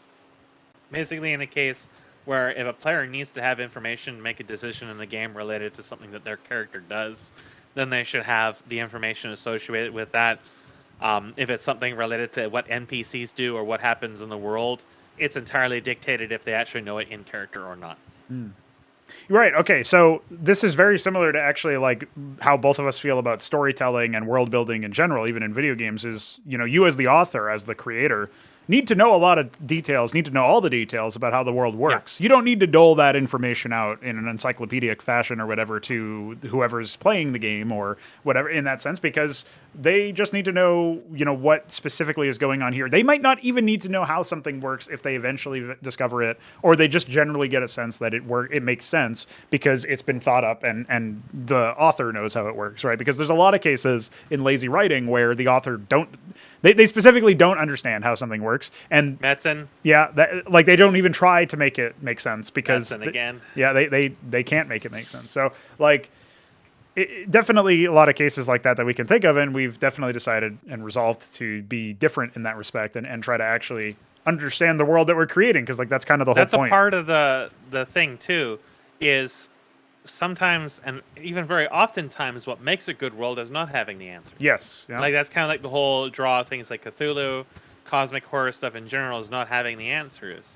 And like when it comes to my world, the equivalence for that is like Orazom and stuff like that. And it's like most of the stuff people will never know too much about because it's really just unknowable. And that's like the whole draw of it, is that it is unknowable. So one of the things that I was thinking about even before we started breaching this topic, but also as you were doing your explanation of some of the systems, Veek, we can definitely use something similar to the website pages for units for what we're doing here. I mean, for one, we could probably use that for character sheets, obviously. But the other thing I was thinking is we would actually keep track of what the party has done, what they know about certain things. So they would have some sort of glossary that would basically be their character's knowledge base.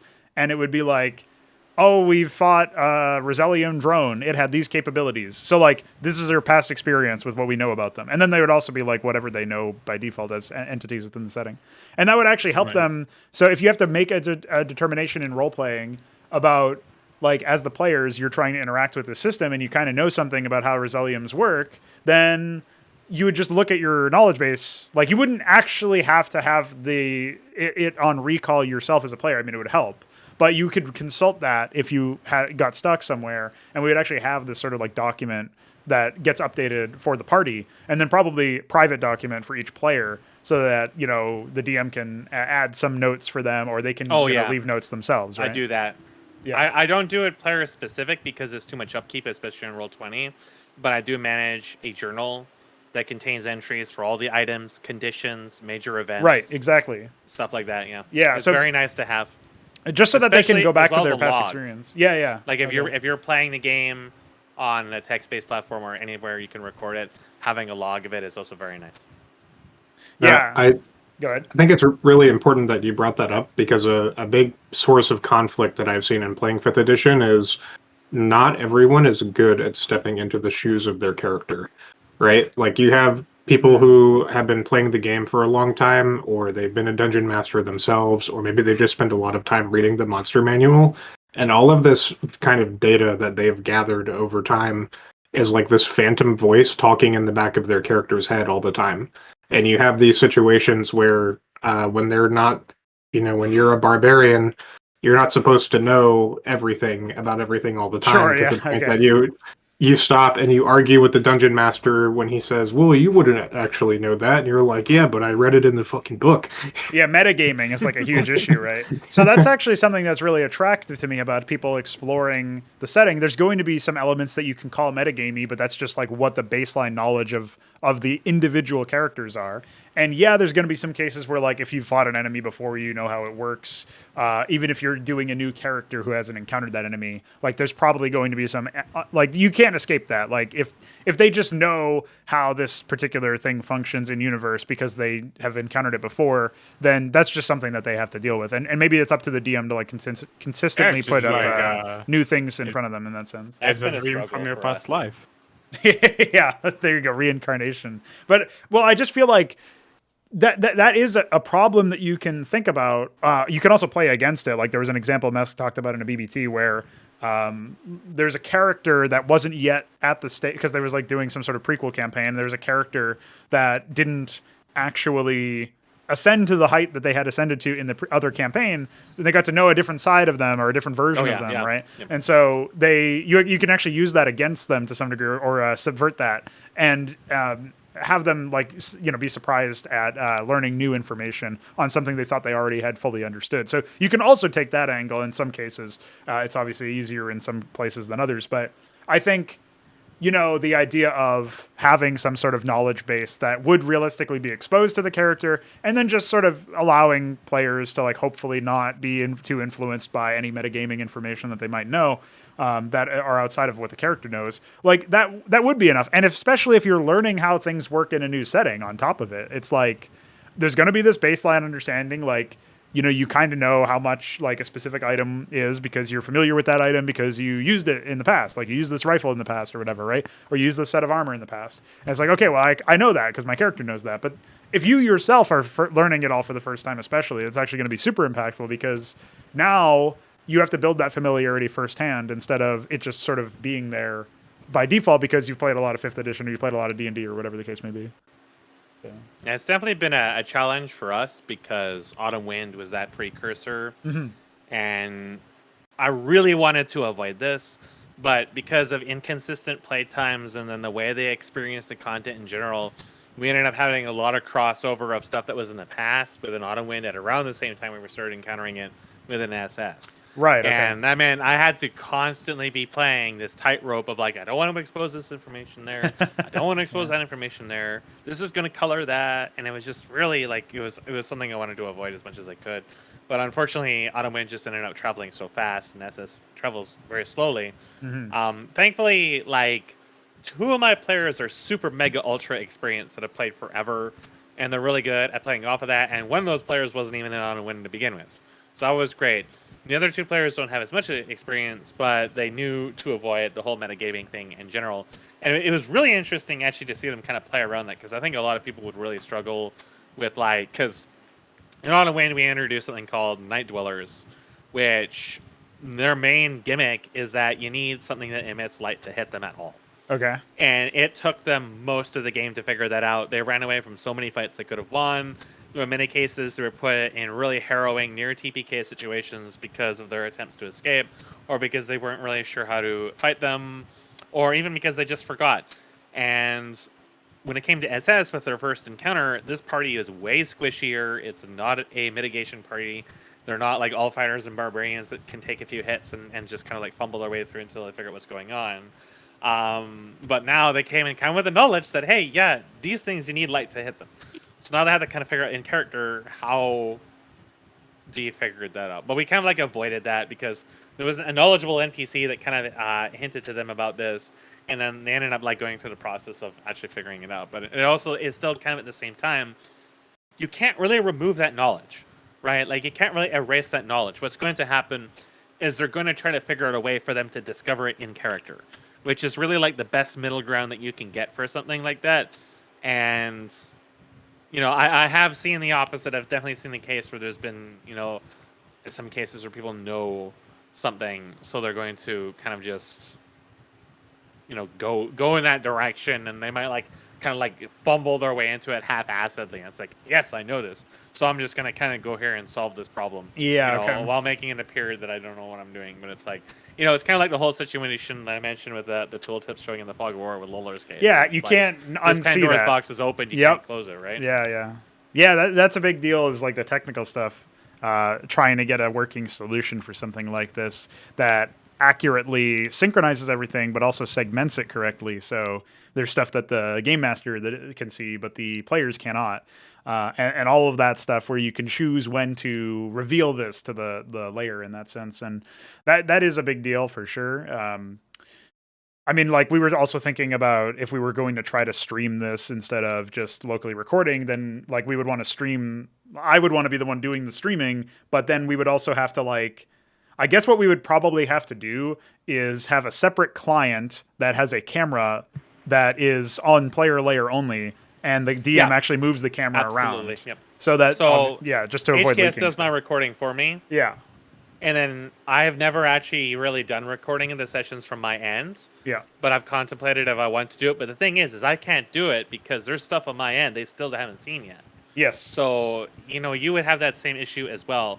So either you'd want to set something up where you have a client recording it, or you would want to have a designated player that's recording it for you. Yeah, the designated player is a lot easier to do in most cases, but I'm thinking if we have to build our own tool for this, which I think we probably would want to. If you have your build your own tool, then obviously you have the power to set up an automated system to handle it for you. Yeah, so I was just basically thinking run both clients, and record only one of them, and then that's the one that we're recording is the one that I just move around in my DM layer. Is like this is your active camera. You can even build recording into the platform into itself. So it's not just making a video file, but it can even make like a replay or something like that. That you can actually pause export the log, the things that's going on. Yeah, there's a lot of power you have when you're making your own tools. Right. Oh yeah, I guess that's another thing too, is that if we were going to save them as some sort of replay file, we wouldn't need to have all of the, like, you could cut the pauses that where people are typing in OOC chat or whatever. Yep. And then like you could basically have that as an option in the playback where you could say like skip pauses between actions or something, right? So that could be pretty neat, actually. Yeah, I don't know. I feel like there's a lot of potential if we actually made our own device for this. The key sticking factor is we probably wouldn't be making maps in Unreal, so I don't know how useful it would be for your specific use case, because I know you guys have your own client that you were working on. But yeah, we were HKS has been trying to work on a client. Functionally, sans some of the limitations it has right now, it's actually more feature complete than Roll20. right. And Not was surprising, so honestly. for some years. Yeah, it actually did not take him that long to get a lot of the things functional. He recently got a categorized journal system functional, for example. Okay. I guess the biggest thing would be streaming assets, right? For music, for example, so the players just don't have to download the entire music library or whatever. Issue. I would have to basically premeditate everything that I would need beforehand for the most part. Some content, like the hope is I'd be able to make some content like the journals inside of the thing, but there's some, like, it's unproven how these logistics are going to go through, but as terms like music and stuff like that is a problem, because I would have to have it. I mean, with my current setup, I'm just streaming the music. Yes. And maybe in the end of the day, I would do that anyways, so I don't have this guy with his laptop in the middle of a hotel somewhere in a jungle or wherever he's doing his archaeology, because that's one of our players, again, is an archaeologist. And he doesn't have to download, like, however many gigs of music or whatever. Yeah. You know, we don't even know, like, we've been doing performance testing, and actually, in spite of the fact that Unreal typically has pretty bad performance because of scalability and some other settings, it's actually performed pretty well on people with even very low-end hardware. Well, it should perform better than a browser, is the thing. Absolutely, and like you're talking about downloading a 50 megabyte file through a browser, that's always going to be terrible. Roll20 performs really badly. But the file size is still a bigger issue, right? Yeah. So, but yes, making maps. Now, hypothetically, you can just put a 2D image into this still. It's there's nothing really stopping you. It just won't really look that good. You know, and maybe not very consistent, right? Like, say I have some maps currently are existing content I made that was in Unreal. And then we have the other stuff that's been just stuff I've grabbed off of image search or repurposed even from photos. Yeah, for tokens too, right? And stuff whatever. Like that, yeah, well, tokens is like, you can't escape it with tokens. Like, I can't make my own token art, so I am literally just grabbing anything I can find that fits. Even some things I have to censor. And it's just like, if it fits, then I'm going to make it work. If it semi-works, then I'm going to put an extraordinary amount of effort to tidy it up. And sometimes they can take me up to months of labor to actually get functional. Yeah. So it's like, for me, there's really no compromise for that. It's just you go however deep into depravity you must go to find what you need. And however much labor you have to put in is how much you have to put in. For example, one of the things I hate about maps is baked in doors. So I go through the process of editing doors on maps, and that can take a very, very, very, very, very long time. And I'm not an artist. It's not particularly clean. I've had HKS helping a lot with the existing portraits in SS and some of the stuff for Lower Skates' games. And he's typically had more success than I have had at hand making stuff. There's still a lot of things he can't do yet, but it's like, it's a lot like modding, right? Like, you got stuff you got to do. You want to present the best product you can. Yeah. If you don't have the skills, you just got to pick it up and learn it. Most of the music that we have that I'm streaming has been edited. I've gone as far as even done stuff at the frequency level, editing stuff at the frequency level so it's more consistent, less bouncy, more loopable. Roller Skates has helped out with that too. Right. My library for music is hundreds and hundreds of gigs in size just for D&D. And I mean, I'm going to be using that on Apex X as well. So it'll be reusable for basically any project I've got, because I've made it more loopable, longer, more game ready. And it's like just a part of the process of setting this up is giving yourself the tools and the palette to make success happen on the game board. What are you guys thinking in general then? Because we've definitely talked for a bit now. We've covered a bunch of ground. Obviously, like, there's the whole technical thing of like what a client would look like. That's probably something that Vik and I can hash out later. And based on the knowledge base of what you guys have played, actually, Keyan, have you played much digital stuff like online or whatever? How does that usually get done if you have? You mean tabletop games? Yeah. Like, has there been online games you've played, or has it mostly been in person? Because I know you just played an in-person session recently to get yourself back in the headspace for this. Yeah, well, I played an in-person session at my buddy's house last night, but that's the first time I played in person in more than a year. Okay. That's definitely been uncommon for me just because it's so difficult to find people to play with in person. Yep. And then even then it's like already difficult to get a bunch of people in the same room at the same time every week or 2 weeks or whatever. My experience has pretty much all been online. Okay. Which is so then like how do you play it over online, right? Right. I sometimes it's been Roll20, but honestly not really. The majority of my experience has been playing it over Discord. Like everybody jumps into a voice channel, and then we'll have Discord bots for rolling dice. Someone will have a Discord bot for playing music, and then whoever's running the game will either have assets that they share in a Discord channel, like images and maps, or they will mock something up on like Tabletop Simulator, and we'll actually be able to move our pieces around and play like that. And I've also played using D&D Foundry, which is like someone hosts a server on their computer, and then you actually like direct connect to their IP, and then they have a bunch of DM tools that they can use. Okay, so what you're describing then is like pretty. I actually have never even heard of D&D Foundry before, so that seems like. Do you think it's relatively similar to Roll20 based on what your experience has been, or is it? Like... I think it's a more feature complete than Roll20. Probably has roughly the same amount of clunkiness to it because you can tell it's kind of incomplete. But otherwise, I'd take it over Roll20 any day.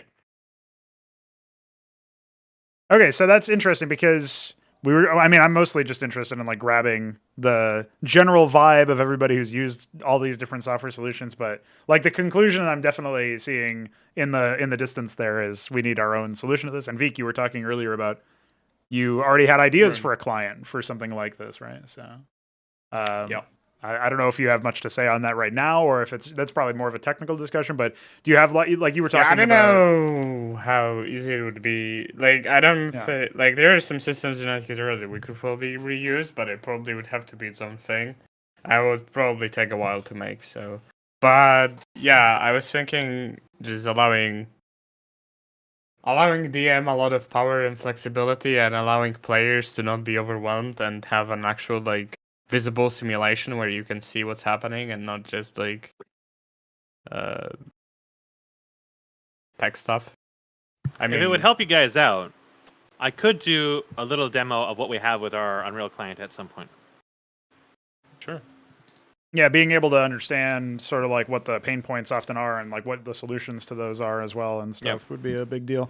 I was thinking also the thing that keeps jumping out to me is like a lot of what we're trying to do, I think, with the game system is also what Vic is suggesting for like the core principle behind the client to begin with is this idea that the game master is responsible for setting up the world in which interactions occur, but we would like to not involve the game master as much in like obviously they make the decisions for what the creatures do and the NPCs do, but they wouldn't be necessary to make rulings on the actual outcomes of those decisions in the same way that the dice wouldn't be making decisions about that either, if we can conceptualize it that way, right? And so it's almost like the DM is more about creating the sandbox in which the players are engaging with.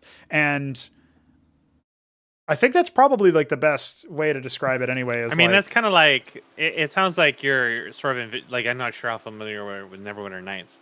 Neverwinter Nights actually has a DM mode in it, which, obviously that's a digital game.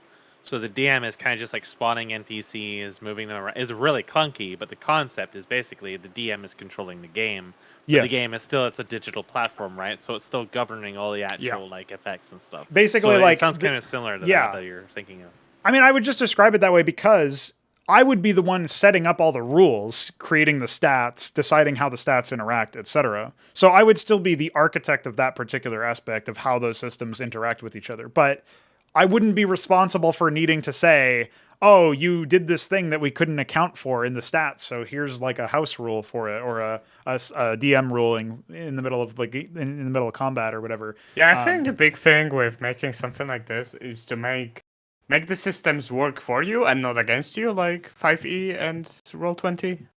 The concern would be that maybe there are cases where a player wants to do something that cannot be done by, or cannot be accounted for with the things. Like, there could be some case where the player wants to move an object or something, and that, like, we would have to make sure that, like, the actual framework of the interactions of what's possible are actually, like, as long as the framework that we're using to house the interactions is robust enough that it accounts for, I mean, it sounds crazy to say all the possible things that the player might want to do, but like at least the vast majority of corner cases or of common cases, then like if there's going to be a house rule that comes in or a DM rule that comes in where like the DM has to step in and correct something, that would be, I guess for lack of a better term, understandable, because it would be avant-garde or exotic. The conditions would be very hard to hit or something, right? That's sort of what I'm thinking is like, you don't want the DM to have to do that a lot. Allow the DM to just like edit like everything. Like you can edit the player, you can edit the world, you can edit their position or something. Like you would just create the effect or whatever if you need to, but ideally you wouldn't have to do it very often. Ideally it would already be done based on what you've set up. Like you wouldn't actually need to add a new state or something that gives them buff or whatever, because it would just be like rolled into the game. And it would automatically be calculated. Right. So like after 2 turns, it would automatically expire if that's how long it lasts, right? Instead of the DM having to make sure that they maintain and manage that and like delete that note next to the name or something, right? Which is how it works in normal tabletop, because the digital part isn't actually doing any work for you. Usually, at least that's my experience. Like Mesk can probably speak to it more, but he was talking about how it's a lot of work to maintain a bunch of these different systems and to like manipulate all these projectiles or effect fields or whatever. And it's like, if the client framework automatically handles all of that, then that would be a great boon to him, because he could define what the rules are and then the rules would automatically be managed. Allow me to make an example case of a recent Roll20 change. Okay. Previously, when you opened a profile, you would see the journal. Okay. Now, because Roll20 is trying to constantly force people onto their own systems so they can sell stuff, it opens their own character sheet thing, which every single person across the history of time has told me is a buggy piece of shit anyways. So I have to have an extra click to go to the bio and info. The players don't see that character sheet. It's not exposed to them. So when they click on a journal to read something, it just goes to the journal. For me, now I have an extra click just to go to the right tab that has the fucking bio and info. If I ever want to read something, check the stats that I have on it, or validate something or update it or whatever. It is just, you can't change that. That's not something you can change. It's not a behavior we already have a CSS mod that we made that fixes the dark mode that's just a heaping pile of shit. And we can't fix this through CSS or script or anything like that, because it's the way the system's handing you the data. Right. So you have no say. It's just now you have to spend double your time just to get to where you wanted to go, and nobody asked for this shit. So, Keyan, I know we've been talking a lot about technical stuff recently, but one of the things I did want to talk to you about, and just breaching the topic again, like reminding people, if we're going to go with the role of, like, hey, instead of having dice, we have consistent systems, and we have outcomes that can be determined by a role-playing skill check, as I mentioned. Something that Mesk said was that you need to be, like, role-playing is a big part of this. Like, it's a huge component of what we're trying to do. So, as a result, that needs to be determined, or that needs to be accounted for in the player base you select for. So basically, now that we've laid out a lot of the more specific stuff, instead of just sort of talking in more vague terms, that we're coming to the end of the show, basically. Does this whet your appetite even further for the idea? Do you have any like things you would like to have us nail down further, or are you concerned about any of the proposals that we've had? Like, what's your overall sort of temperature check on how are you feeling about what we've talked about so far? Well, I'm always excited in a new experience that has the potential to really, revamp or refresh the whole tabletop gaming experience.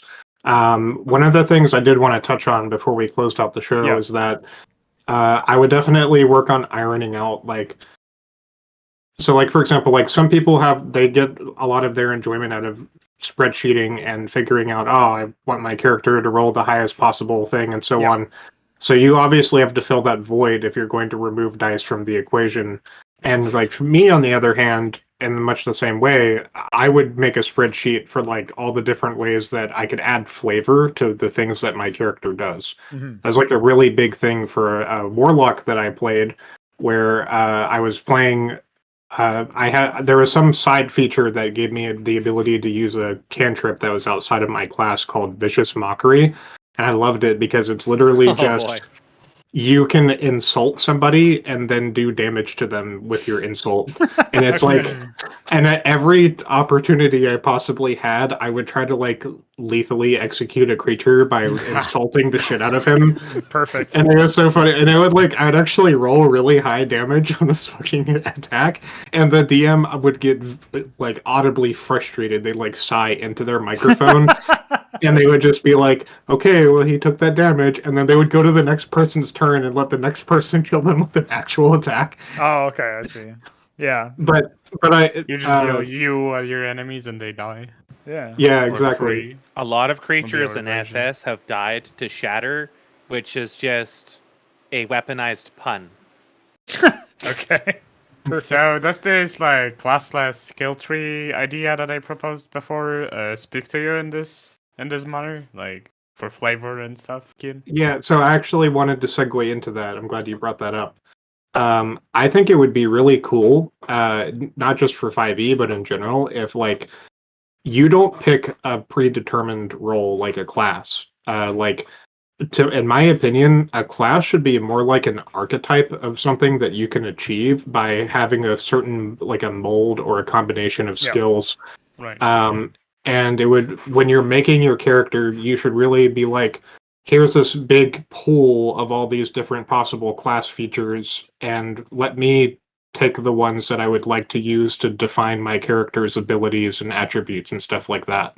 Right. Okay. So I feel like it's like I like this approach. It's like a very systemic thing where, like, from like some primary stuff, the second order consequence is that you have a class. It's not imposed on you. You don't have to use it, but you still can experience having a class by just like building your character that way. You have the decision what you want to make your character be, right? Yeah, it's like, so like if I'm, let's just say for the sake of it that like I decide that I want my character to use simple weapons. My character is like good with herbalism and making potions or whatever, and then they have like nature lore and beast lore. That slowly puts you into the image of being like a druid or a ranger or something, rather than you just saying, "Oh yeah, I'm this action verb or noun or whatever," and then suddenly that's what you are, and that's what every instance of that type of character is. I like that you can also like combine in such system. You can also combine stuff that you normally even shouldn't. Like if you combine, I mean, I would say light and dark, but I know that Pronago Planet to be actually about it like the same thing. Anyways, if you like combine something that it shouldn't be together, so if you have like druid that also has like demonic skills or whatever, you can actually make that part of your character where you're like a druid that was expelled or whatever, and he uses like his dark side or whatever. Well, yeah, it would be like a druid that uses fire corrupted. magic as well, because they're burning down every plant in Gotham, bro. Like, that's how it would work. Right? Yeah. Yeah, or it could even be something. The weed druid, smoke it all. Got him. Because they actually have like they kind of tried to do this in 5th edition, where they have something called an Archfey Warlock. Because every class has subclasses that are supposed to further flavor it, but some of them are just like fucking useless, so they never get picked. I think what's ridiculous about that approach that 5e took is that they basically want you to sell They want to sell you classes because you can't make them yourself by combining skills. You have to buy the class. The books. archetype. Yeah, you have to buy whatever the mold is to then have your experience flavored in that way. Probably. That's how I remember thinking that when I was looking at like Spell Sword or something was in some 3.5 like character book 4 or whatever, player handbook 4 or something. I don't know. It was in like some really wacky thing. It's like, why do I have to buy all this shit though? So yeah, my only concern with the angle of like having pure customization ability, you can learn anything as anybody, is like, I mean, some of it is definitely going to be wrong thematically. Like, for example, a macrolon is supposed to exist inside water. So the idea that they can just like somehow get some sort of walk around, breathe oxygen trait or something wouldn't make sense. So you'd have to think about how you square that, for example. But like also there's going to be like these certain predispositions and traits and stuff like we talked about. And then, like that's part of like the player base that we're governing for, is like, you're big into the whole role playing angle, not so much into the spreadsheet angle. And if you like the spreadsheet angle, then what you would actually want to do is learn as much as possible about the universe so that you can act as optimally as possible, I guess would be the way to describe it. But I think combat appeals to those people more in general than the role-playing side anyway. And they sort of think about it like more like a video game and less like a tabletop experience. I think anyway. I actually don't have that many dealings with people who like to create am I wrong? Are they actually called twinks when they do these ridiculous like characters, or am I thinking of some other term? Because I know what twink normally means, but I'm trying to remember. I heard somebody call his character a twink when he was like talking about how he like really heavily min-maxed it, and I was like, I don't know if that's the right word to use. Is that real? It is a word that has been used in like World of Warcraft. Okay. For low-level characters that were enchanted and using whatever gear, because they were called twinks. Yeah. It's basically Usually just they when were boys, that was an aside. You exploit the system to have be as powerful as possible at where you should actually have limited to no power. So it is actually used as a term. Like that's a real thing. Mm-hmm. Yeah. Okay. It's an old term, but it is used. Yeah. I feel like I personally think I would enjoy both sides of it, like min-maxing and role-playing, and I would even want I would want those two aspects to work together instead of against themselves. Yeah. And 5e didn't do that. Well, that's why the role-playing skill check idea is there, because it's like, if you can use the knowledge that you've gained or that your character has, like you can use your knowledge base that we were talking about earlier and your own creativity and ingenuity to find a creative solution to a problem instead of expressly using only the default systems that govern, like, oh, I shoot, or oh, I hit him with a sword or whatever. Like that actually is good, because now you can like it adds maybe more management for the game master, because they have to like, a simple example would be like, oh, there's like this barrel full of booze that you can like slash open to make it empty out onto the enemy, and then they get like kind of drunk or whatever. I don't know, some crazy shit. Like that's a creative thing that wouldn't normally happen, but that means that you have to actually create the area. So if you have a rich enough world and you have attentive enough and creative enough players, they can do things that you wouldn't normally ever be able to see in a video game, purely because the systems are not like they're two more there. You know what I mean? Like I just feel like that's a better angle to take for trying to min-max or optimize or whatever. Right? It's like you're actually using it in the context of you're using your knowledge of the world and your creativity and your ingenuity to get a better outcome than what the conventional gameplay will offer. Not to say that you don't shoot people or hit people with the sword commonly. It's just like there are other things you can do many contexts. So you can do more than that. You can decide to leverage your understanding of the world. So you should be hitting people with a sword and shooting them all the time. That's the whole point. Yeah, of course. And what are you, a pacifist? If you don't do that, then you don't get all the experience points you need, dude. You got to murder the entire town over and over again. Yeah, that's like, when I read about that, I was just like, it totally makes sense that people are going to do this. So why do the experience go through so many iterations when this is so common? You just ask a lot of basic questions about D&D when you get into it. I think the other big thing too is that when you're considering what Keyan was talking about earlier with the different kinds of things that people enjoy from it, we're definitely leaning more into the role-playing aspect. But I feel like that's just because of what Mesk said earlier too about how 5th edition is for phone gamers or whatever. It's like, they've removed a lot of the role-playing. They've removed a lot of the potential for it in an attempt to be more popular. And I mean, I guess D&D is more popular now, but it's not for good reason, I don't think. So I would just say, as we're starting to like leaning towards the wrap up here, I don't know if there's any like final thoughts that anybody has. I know it must just be or be it again. So We'll just open the floor there. It looks like Keyan wants to go first.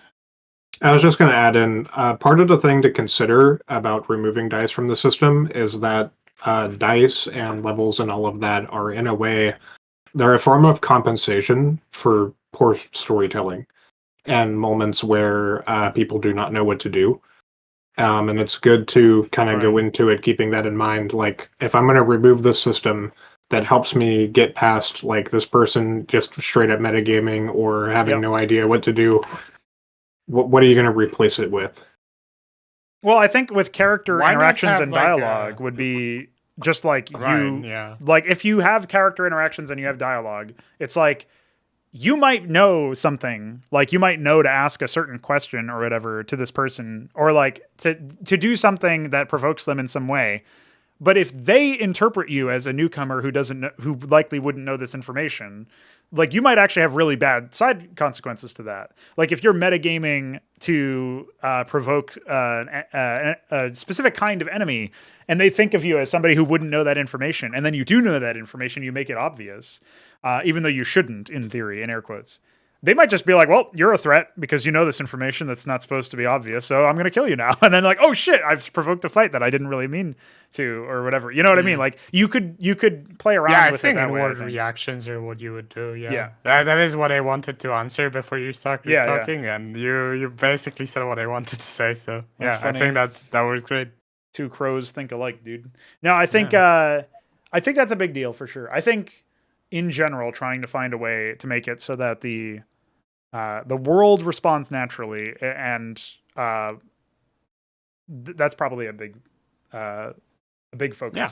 But there's also, like Mesk, since you were BRBing earlier, we're basically wrapping up at this point. We're sort of giving final thoughts on what we've discussed so far, and Keyan had mentioned that dice rolls help with some conversations and stuff. But obviously, you're of the opinion that you should pretty rarely use them for anything outside of combat. Mm-hmm. Anyway, so. Do you have any final thoughts? Do you have any thoughts that you want to leave us with here? I'm always super skeptical about simultaneous turns, because my experiences with digital games where simultaneous turns just lead to stupidity, and I've read a lot about. Oh yeah, I saw how they work. They never are implemented correctly because they make the game real time where you don't actually queue stuff. It's just it happen, and then the order gets wrong, and it breaks. Yeah. Something we didn't talk about at all is initiative and like roll order and stuff. So we would have to think about that too. Turn order, I guess. So I will say I'm very interested to see how you try to build it. I think it's going to go through dramatic change. It's going to be very volatile as you try to go through it. I'm interested to see how you turn out with it. Well, I already have an idea for the first adventure, and it would be a shorter one just so that we can demo the system and like work out the kinks and stuff. It's the only way you figure out how it works, right? Yeah. Like Autumn Wind, Albion, and stuff like that. I put to the test all kinds of stuff in there before bringing it to the main campaign, and it's like the only way you really know if it's going to work is by putting it to the test. Yeah, pretty much. Do you have any final thoughts? Also, how I worked on the thing today, on the language for the... Yeah, the AI language and stuff, yeah. I just had to iterate over some stuff and I know that, this will take this iteration, and I will have to check what works for this, and etc., etc. So I think that just always happens, especially when you're designing something bigger and that you haven't designed before. So, yeah. I think, as far as actionable things to say at this point, I'm going to start I don't know when I'll be able to find time to do this. Hopefully soon I'll make time. I want to write down my thoughts on like what the gameplay system should look like, just so that I have it to look at, and then I will probably be comparing notes with Veek and stuff. But beyond that, the biggest deal here is to start doing something. So even though we don't have a good solution, a usable solution in theory for like the digital stuff, if we can maybe, I don't know, do some sort of like really lo-fi working solution just for like a basic short adventure, that would probably be helpful. I don't know if we can do simulation like we wanted, but maybe we just run a session trying out the all the systems with like the way Keyan described it on like Discord or something. Maybe that could be the initial tryout. Don't you don't need to have a whole bunch of stuff ready to go in order to test this stuff out. And I tell you that from experience of like one of the homebrew things that I did was literally like the DM canceled the morning of the session, and I was like, okay, I guess I'll run something, and I spent the whole afternoon writing a Google Doc of rules and like content, and then I improv'd like a 6.5 hour session right after doing that. So if you have the will to do it, you will be able to pump something out for a session. Yeah, I think it's just a question of, get started enough, right? I'll try to do daily working on the guitar, right? Like Yeah. I've been doing, and after I like restructure code a bit, so it's more. Currently, it's a bit of a mess where some things needs to be split, some things have to be like reconceptualized.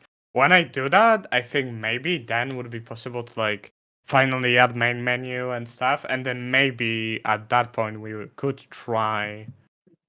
Trying some with D&D. It's just we also want to eventually ship a demo for indie fun. So yeah, we'll see. Balancing our priorities. But like you were telling me earlier, Veek, if you're doing the daily session and then you have some free time to spend on other things, then that would obviously like, I can just do whatever the fuck because I did the most important thing anyway. So that's probably fine enough. So all right, well, I thought this was a really nice conversation. We got a lot of interesting things taken care of, and I think the most important stuff is definitely just progressing with the write-up, but it was definitely useful for me to try to think about some people's experience as players and as game masters, right? And then like what the goals are of some of the revisions that have been done, how they were doled out to players information-wise, how like what people look for when they're trying to play, and like Mesk said it best earlier when he's talked about it being transactional. It's like you have the players, what the players enjoy, what the players want, and then you have the DM and the world that they want to create, and these two have to.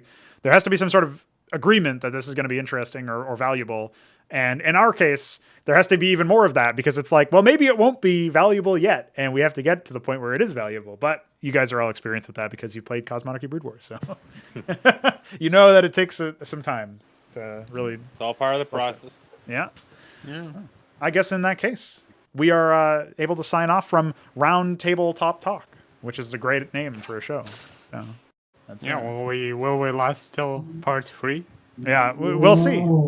At this rate, I think we're going to be at 69. Yeah, like we'll see. We got a lot to talk Close about, this, so we'll come back and think about where all that stuff goes. But yeah, great talking with you guys, and thanks for coming on and sharing the time.